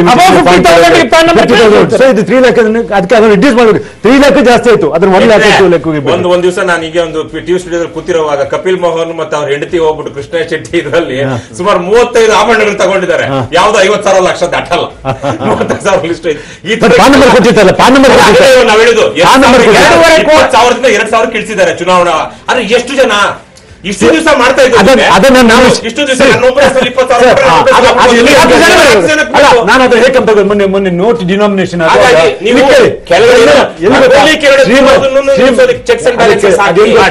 ಹೇಗಂತ ಗೊತ್ತಾ, scheme nothing but Jan Dhan account ಕೆಲವು ಶ್ರೀಮಂತರು ಕೋಟ್ಯಾಂತರ ರೂಪಾಯಿ ಇಟ್ಕೊಂಡು ಅದೇ ರೀತಿ ಆಗ್ತದೆ. ಒಬ್ಬ ಕುಟುಂಬದಲ್ಲಿ 20 ಜನ ಹತ್ರ ಕೊಡಿಸ್ತಾರೆ ಅಷ್ಟೇ. ಅದು 20 ಜನದ ಮುಖಾಂತರ. ಈಗ ಸರ್, ಈಗ ಎಲ್ಲದಕ್ಕೂ ಬೆಸೆಯುವಂತ ಒಂದು ಪಾಯಿಂಟ್ ಅಂತಂದ್ರೆ ಇನ್ಫ್ರಾಸ್ಟ್ರಕ್ಚರ್ ಅಂತಂದ್ರೆ ಅದು ರೈಲ್ವೆಯಿಂದ ಬಂದರುಗಳಿಗಿರ್ಬೋದು, ಬಂದರಿಂದ ರೈಲ್ವೆಗಿರ್ಬೋದು, ರೈಲ್ವೆಯಿಂದ ಏರ್ಪೋರ್ಟ್ ಇರ್ಬೋದು, ಮತ್ತೆ ಇದು ನಾಲ್ಕು ಸೇರಿಸಿದ್ದಾರೆ. ಸೊ ಆ ಒಂದು ಇನ್ಫ್ರಾಸ್ಟ್ರಕ್ಚರ್ ನ ಡೆವಲಪ್ ಮಾಡೋದಕ್ಕೆ ಯಾವ ರೀತಿ ಆದ್ಯತೆ ಕೊಟ್ಟಿದ್ದಾರೆ ಅಂತ ತಾವೇನು ಹೇಳ್ತೀರಿ? ನೀವೇ ಹೇಳ್ಬಿಡಿ ಸರ್. ಅಲ್ಲ, I think this time they have given maximum investment. ಕರಾವಳಿ ಹೈವೇಗಳ ನಿರ್ಮಾಣಕ್ಕೆ ಹೆಚ್ಚಿನ ಒತ್ತು, ಸಾರಿಗೆ ಕ್ಷೇತ್ರಕ್ಕೆ 2.4 ಪ್ರಾರಂಭದಲ್ಲಿ ಹೇಳ್ತಾ ಇದ್ದೆ. ಬರೀ ರೋಡ್ ಅಂದ್ರೆ ಇದಕ್ಕೆ ಇನ್ವೆಸ್ಟ್ಮೆಂಟ್ ಯಾವುದು ಟ್ರಾನ್ಸ್ಪೋರ್ಟ್ ಅಂತ ಒಂದು ಹೆಣ್ಣಲ್ಲಿ 2,54,000 ಕೋಟಿ ಬರೀ ಟ್ರಾನ್ಸ್ಪೋರ್ಟ್. ಅದರ್ ದನ್ ರೈಲ್ವೆಗೆ 1,35,000 ಕೋಟಿ ತಾವು ಹೇಳಿದ್ರಿ. ಇದು ಬಿಟ್ಟು ಏವಿಯೇಷನ್ ಮತ್ತು ಇದಕ್ಕೆ ಅಂದ್ರೆ ಓವರ್ ಆಲ್ 3,96,000 ಕೋಟಿ, ಏರ್ಪೋರ್ಟ್ಗೆ 2,41,000 ಕೋಟಿ ಓವರ್ ಆಲ್. ಅಂದ್ರೆ ಈ ಒಂದು ಇನ್ವೆಸ್ಟ್ಮೆಂಟ್ ಇದೆಯಲ್ಲ ಇನ್ಫ್ರಾಸ್ಟ್ರಕ್ಚರ್, ಇದು ಡಿಮಾನಿಟೈಸೇಷನ್ ಆದ್ಮೇಲೆ ಜನರ ಅಪೇಕ್ಷೆ ಏನಿತ್ತು ಆ ಹಣವನ್ನ ಸರಿಯಾದ ದಾರಿಯಲ್ಲಿ ಯುಟಿಲೈಸ್ ಅಂದ್ರೆ it's all growth centred policies. ಇದು ಅಲ್ಲ ಅಂದ್ರೆ ನಾವೇ ಜನರ ಅಪೇಕ್ಷೆಗಳಿತ್ತು, ಇದು ಆ ಹಣ ಅಂತ ನಾನು ಹೇಳೋದು ವ್ಯವಹಾರ ಗೊತ್ತಾಗಿಲ್ಲ. ಅಲ್ಲ ಒಂದ್ ನಿಮಿಷ, ನಾನು ಹೇಳೋದು ಜನರ ಅಪೇಕ್ಷೆಗಳಿತ್ತು. ಏನಂದ್ರೆ ಇನ್ಫ್ರಾಸ್ಟ್ರಕ್ಚರ್ ಅಲ್ಲಿ ಹೆಚ್ಚಿನ ಹೂಡಿಕೆ ಆಗತ್ತೆ ಸರ್ಕಾರದ್ದು ಅಂತ ಅದನ್ನ ಮಾಡ್ತಾ ಇದ್ದಾರೆ ಈ ಸರಿ. ಒಳ್ಳೇದು ಮಾಡ್ತಿದ್ದಾರೆ ಆಕ್ಚುಲಿ ಈಗಲೂ ಈ budget even rural roads also ಇರುವ ಸಾಧ್ಯತೆಗಳು. ನಮ್ಮಲ್ಲಿ ಇನ್ನೊಂದು ಏನಿದೆ ಗೊತ್ತಾ, ನಿನ್ನೆ ಎಲ್ಲೋ ನಾವು ಮಾತಾಡ್ತಿದ್ವಿ, ನಮ್ಮ ಗೂಡ್ಸ್ ಟ್ರೈನ್ ಸ್ಪೀಡ್ ಇದೆಯಲ್ಲ, ಟ್ರೈನ್ ಫಸ್ಟ್ ಶುರುವಾದಾಗ 25 ಕಿಲೋಮೀಟರ್ ಇತ್ತು, ಇವತ್ತಿಗೆ 25 kilometre. So that speed can achieve anything it.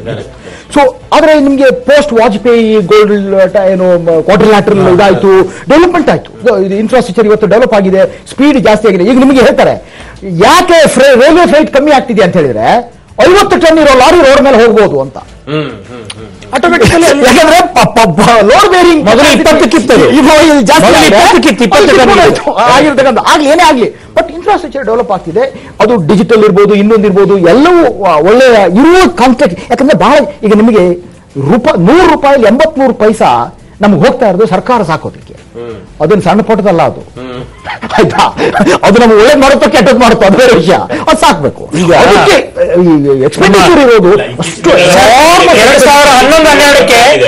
2011-12 ನಾವು ನೋಡಿದ್ವಿ. ವಾಜಪೇಯಿ ಸರ್ಕಾರ ಇದ್ದಾಗ ಪರ್ ಡೇ 11 ಕಿಲೋಮೀಟರ್ ಇತ್ತು. ಅದಾದ್ಮೇಲೆ 11-12 2 ಕಿಲೋಮೀಟರ್ ಪರ್ ಡೇ.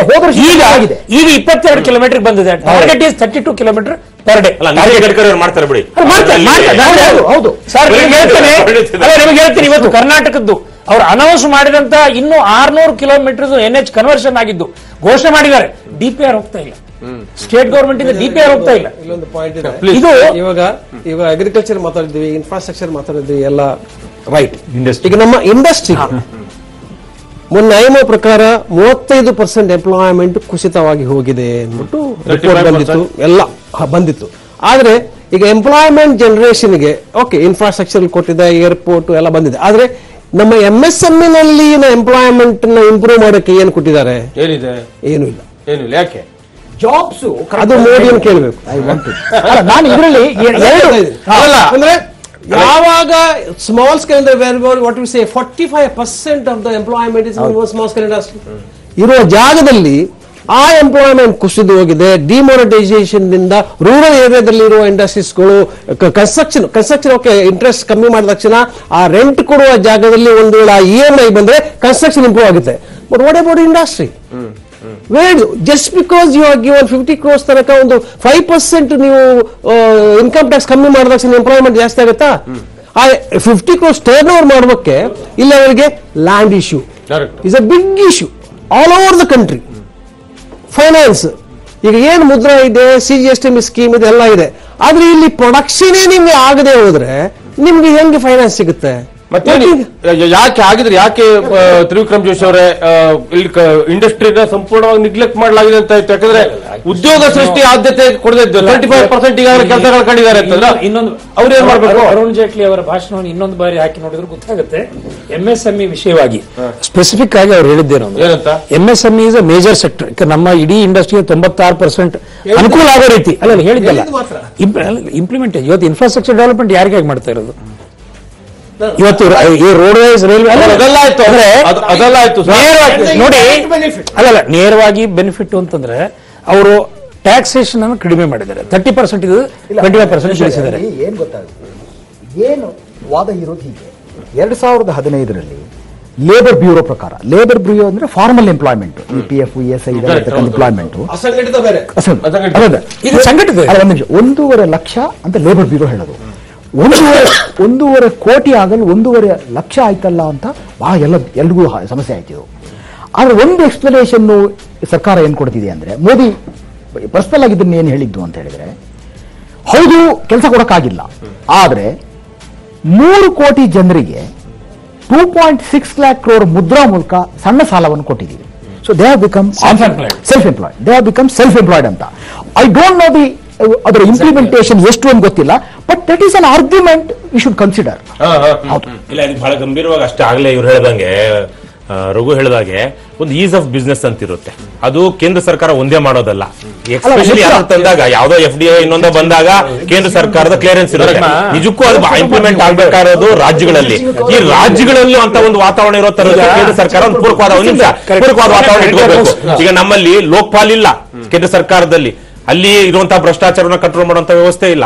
ರಾಜ್ಯ ಸರ್ಕಾರಗಳಲ್ಲಿ ಇವಾಗ ಆಕ್ಚುಲಿ ತೆಲಂಗಾಣ ಫಸ್ಟ್ ಅಲ್ಲಿ ಇದೆ ಈಸ್ ಆಫ್ ಬಿಸ್ನೆಸ್ ಅಲ್ಲಿ. ಯಾಕಂದ್ರೆ ಅಲ್ಲಿ ಬಹಳ ಬೇಗ ಹೇಗೆ ಮೋದಿ ಗುಜರಾತ್ ಅಲ್ಲಿ ತಕ್ಷಣಕ್ಕೆ ಒಂದ್ ನಿಮಿಷ ಇದೆ ಸರ್, ಪ್ಲೀಸ್ ಒಂದ್ ನಿಮಿಷ ಸೆಕೆಂಡ್ ಇಲ್ಲ ಒಂದ್ ಸೆಕೆಂಡ್ ಇದೆ ಇಲ್ಲಿ ಆಂಧ್ರನ ತೆಲಂಗಾಣ ನಾನು ಇತ್ತೀಚೆಗೆ ಹೋದೆ ಎಲ್ಲೋ ಒಂದ್ ಕಡೆ. ಹಾಗಾಗಿ ಆದ್ರೆ ಹೇಗೆ ಆದರೆ ಅದೇ ಸಂದರ್ಭದಲ್ಲಿ ಅಲ್ಲೂ ರಾಜ್ಯಗಳಲ್ಲೂ ಭ್ರಷ್ಟಾಚಾರ ಇಲ್ದಿರೋ, ಈಗ ನಾವು ಆಗ್ಲೇ ಹೇಗೆ ಹೇಳ್ತಾ ಇದ್ವಿ, ಒಂದು ಆಫೀಸ್ ಓಪನ್ ಮಾಡ್ಬೇಕು ಅಂದ್ರೆ ಇಷ್ಟೆಲ್ಲ ಪರ್ಮಿಷನ್ ತಗೋಬೇಕು ಅಂತ ಇರುತ್ತೆ.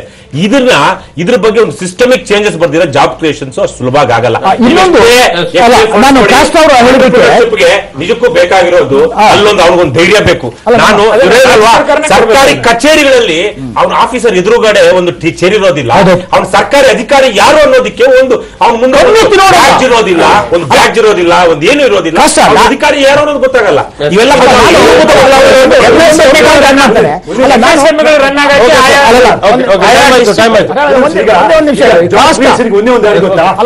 ಕ್ಯಾಪಿಟಲ್ ಇನ್ವೆಸ್ಟ್ಮೆಂಟ್ ಆದ್ರೆ ಮಾತ್ರ ಜಾಬ್ ಕ್ರಿಯೇಷನ್ ಹೇಗಂತ ಕೇಳಿದ್ರೆ ಕ್ಯಾಪಿಟಲ್ ಇನ್ವೆಸ್ಟ್ಮೆಂಟ್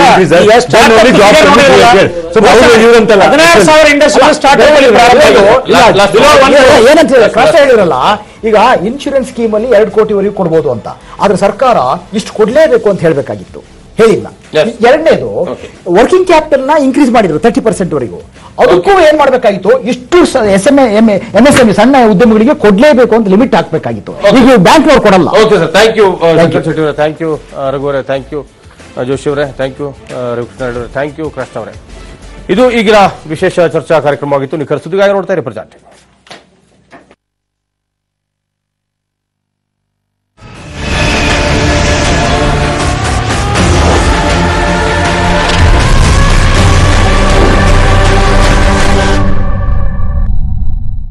ಈ ಕಾರ್ಯಕ್ರಮದ ಪ್ರಾಯೋಜಕರು ಬೃಂದಾವನ್ ಪ್ರಾಪರ್ಟೀಸ್ ಅರ್ಪಿಸುತ್ತಿದೆ ಮಾಗಡಿ ರಸ್ತೆ ಹಾಗೂ ತಾವರೆಕೆರೆಯಲ್ಲಿ ಸೈಟುಗಳು. ಬೃಂದಾವನ್ ಪ್ರಾಪರ್ಟೀಸ್ ಹಾಗೂ ಪ್ಯಾರಗಾನ್ ಆಫೀಸ್ ಚಪ್ಪಲ್ಸ್ ಮತ್ತು ಫಸ್ಟ್ ಗೈಡ್ ಅಕಾಡೆಮಿ ಜಾಯಿನ್ಗಾಗಿ 100% ವರೆಗೆ ಸ್ಕಾಲರ್ಶಿಪ್ ಪಡೆಯಿರಿ. First guide academy.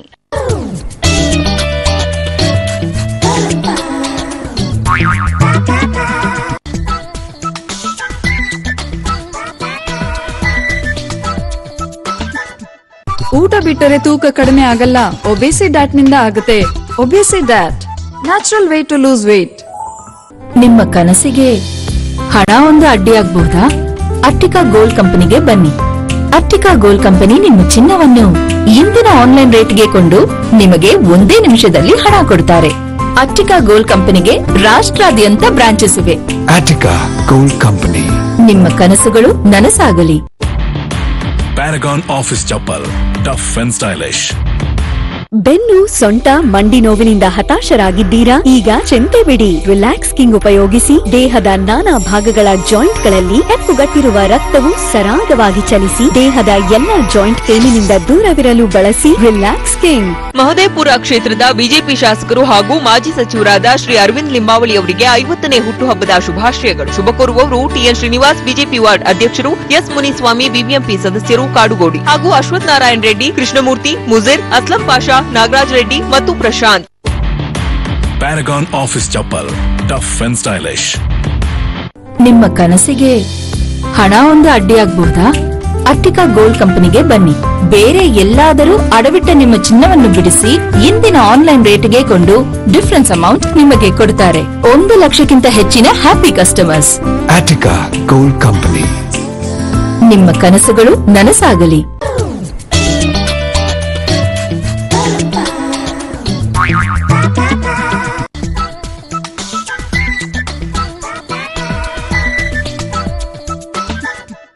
ಊಟ ಬಿಟ್ಟರೆ ತೂಕ ಕಡಿಮೆ ಆಗಲ್ಲ, ಒಬೇಸಿ ಡ್ಯಾಟ್ ನಿಂದ ಆಗುತ್ತೆ.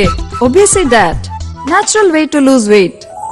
ಈ ಕಾರ್ಯಕ್ರಮದ ಪ್ರಾಯೋಜಕರು ಬೃಂದಾವನ್ ಪ್ರಾಪರ್ಟೀಸ್ ಅರ್ಪಿಸುತ್ತಿದೆ ಮಾಗಡಿ ರಸ್ತೆ ಹಾಗೂ ತಾವರೆಕೆರೆಯಲ್ಲಿ ಸೈಟುಗಳು. ಬೃಂದಾವನ್ ಪ್ರಾಪರ್ಟೀಸ್ ಹಾಗೂ ಪ್ಯಾರಗಾನ್ ಆಫೀಸ್ ಚಪ್ಪಲ್ಸ್ ಮತ್ತು ಫಸ್ಟ್ ಗೈಡ್ ಅಕಾಡೆಮಿ ಜಾಯಿನ್ಗಾಗಿ 100% ವರೆಗೆ ಸ್ಕಾಲರ್ಶಿಪ್ ಪಡೆಯಿರಿ. First guide academy.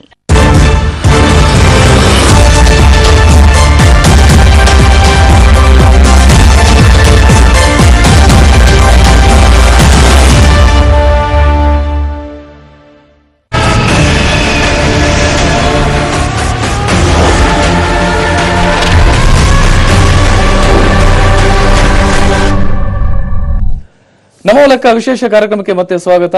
ಕೇಂದ್ರ ಬಜೆಟ್ ಮಂಡನೆಯಾಗಿದೆ. ಜನಸಾಮಾನ್ಯರ ಬಜೆಟ್ ಅಂತೂ ಕೂಡ ಹೇಳಲಾಗ್ತಾ ಇದೆ. ಹಾಗೇನೆ ವಿರೋಧ ಪಕ್ಷಗಳು ಕೂಡ ಇದಕ್ಕೆ ವಿರೋಧವನ್ನು ಕೂಡ ವ್ಯಕ್ತಪಡಿಸ್ತಾ ಇದ್ದಾವೆ. ಹಾಗಾದ್ರೆ ಜನರ ನಿರೀಕ್ಷೆಯ ಮಟ್ಟ ಯಾವ ರೀತಿಯಾಗಿ ಇತ್ತು? ನರೇಂದ್ರ ಮೋದಿ ಅವರ ಕನಸು ಈ ಬಜೆಟ್ ಮೂಲಕ ಸಾಕಾರಗೊಳಿಸುವಂತ ಪ್ರಯತ್ನವನ್ನ ಮಾಡಲಾಗಿದೆಯಾ? ಎಸ್, ಅದುವೇ ವಿಶೇಷ ಕಾರ್ಯಕ್ರಮ ನಮ್ಮ ಲೆಕ್ಕ. ಅದಕ್ಕೂ ಮುನ್ನ ಈಗ ಹೆಡ್ಲೈನ್ ನೋಡೋಣ.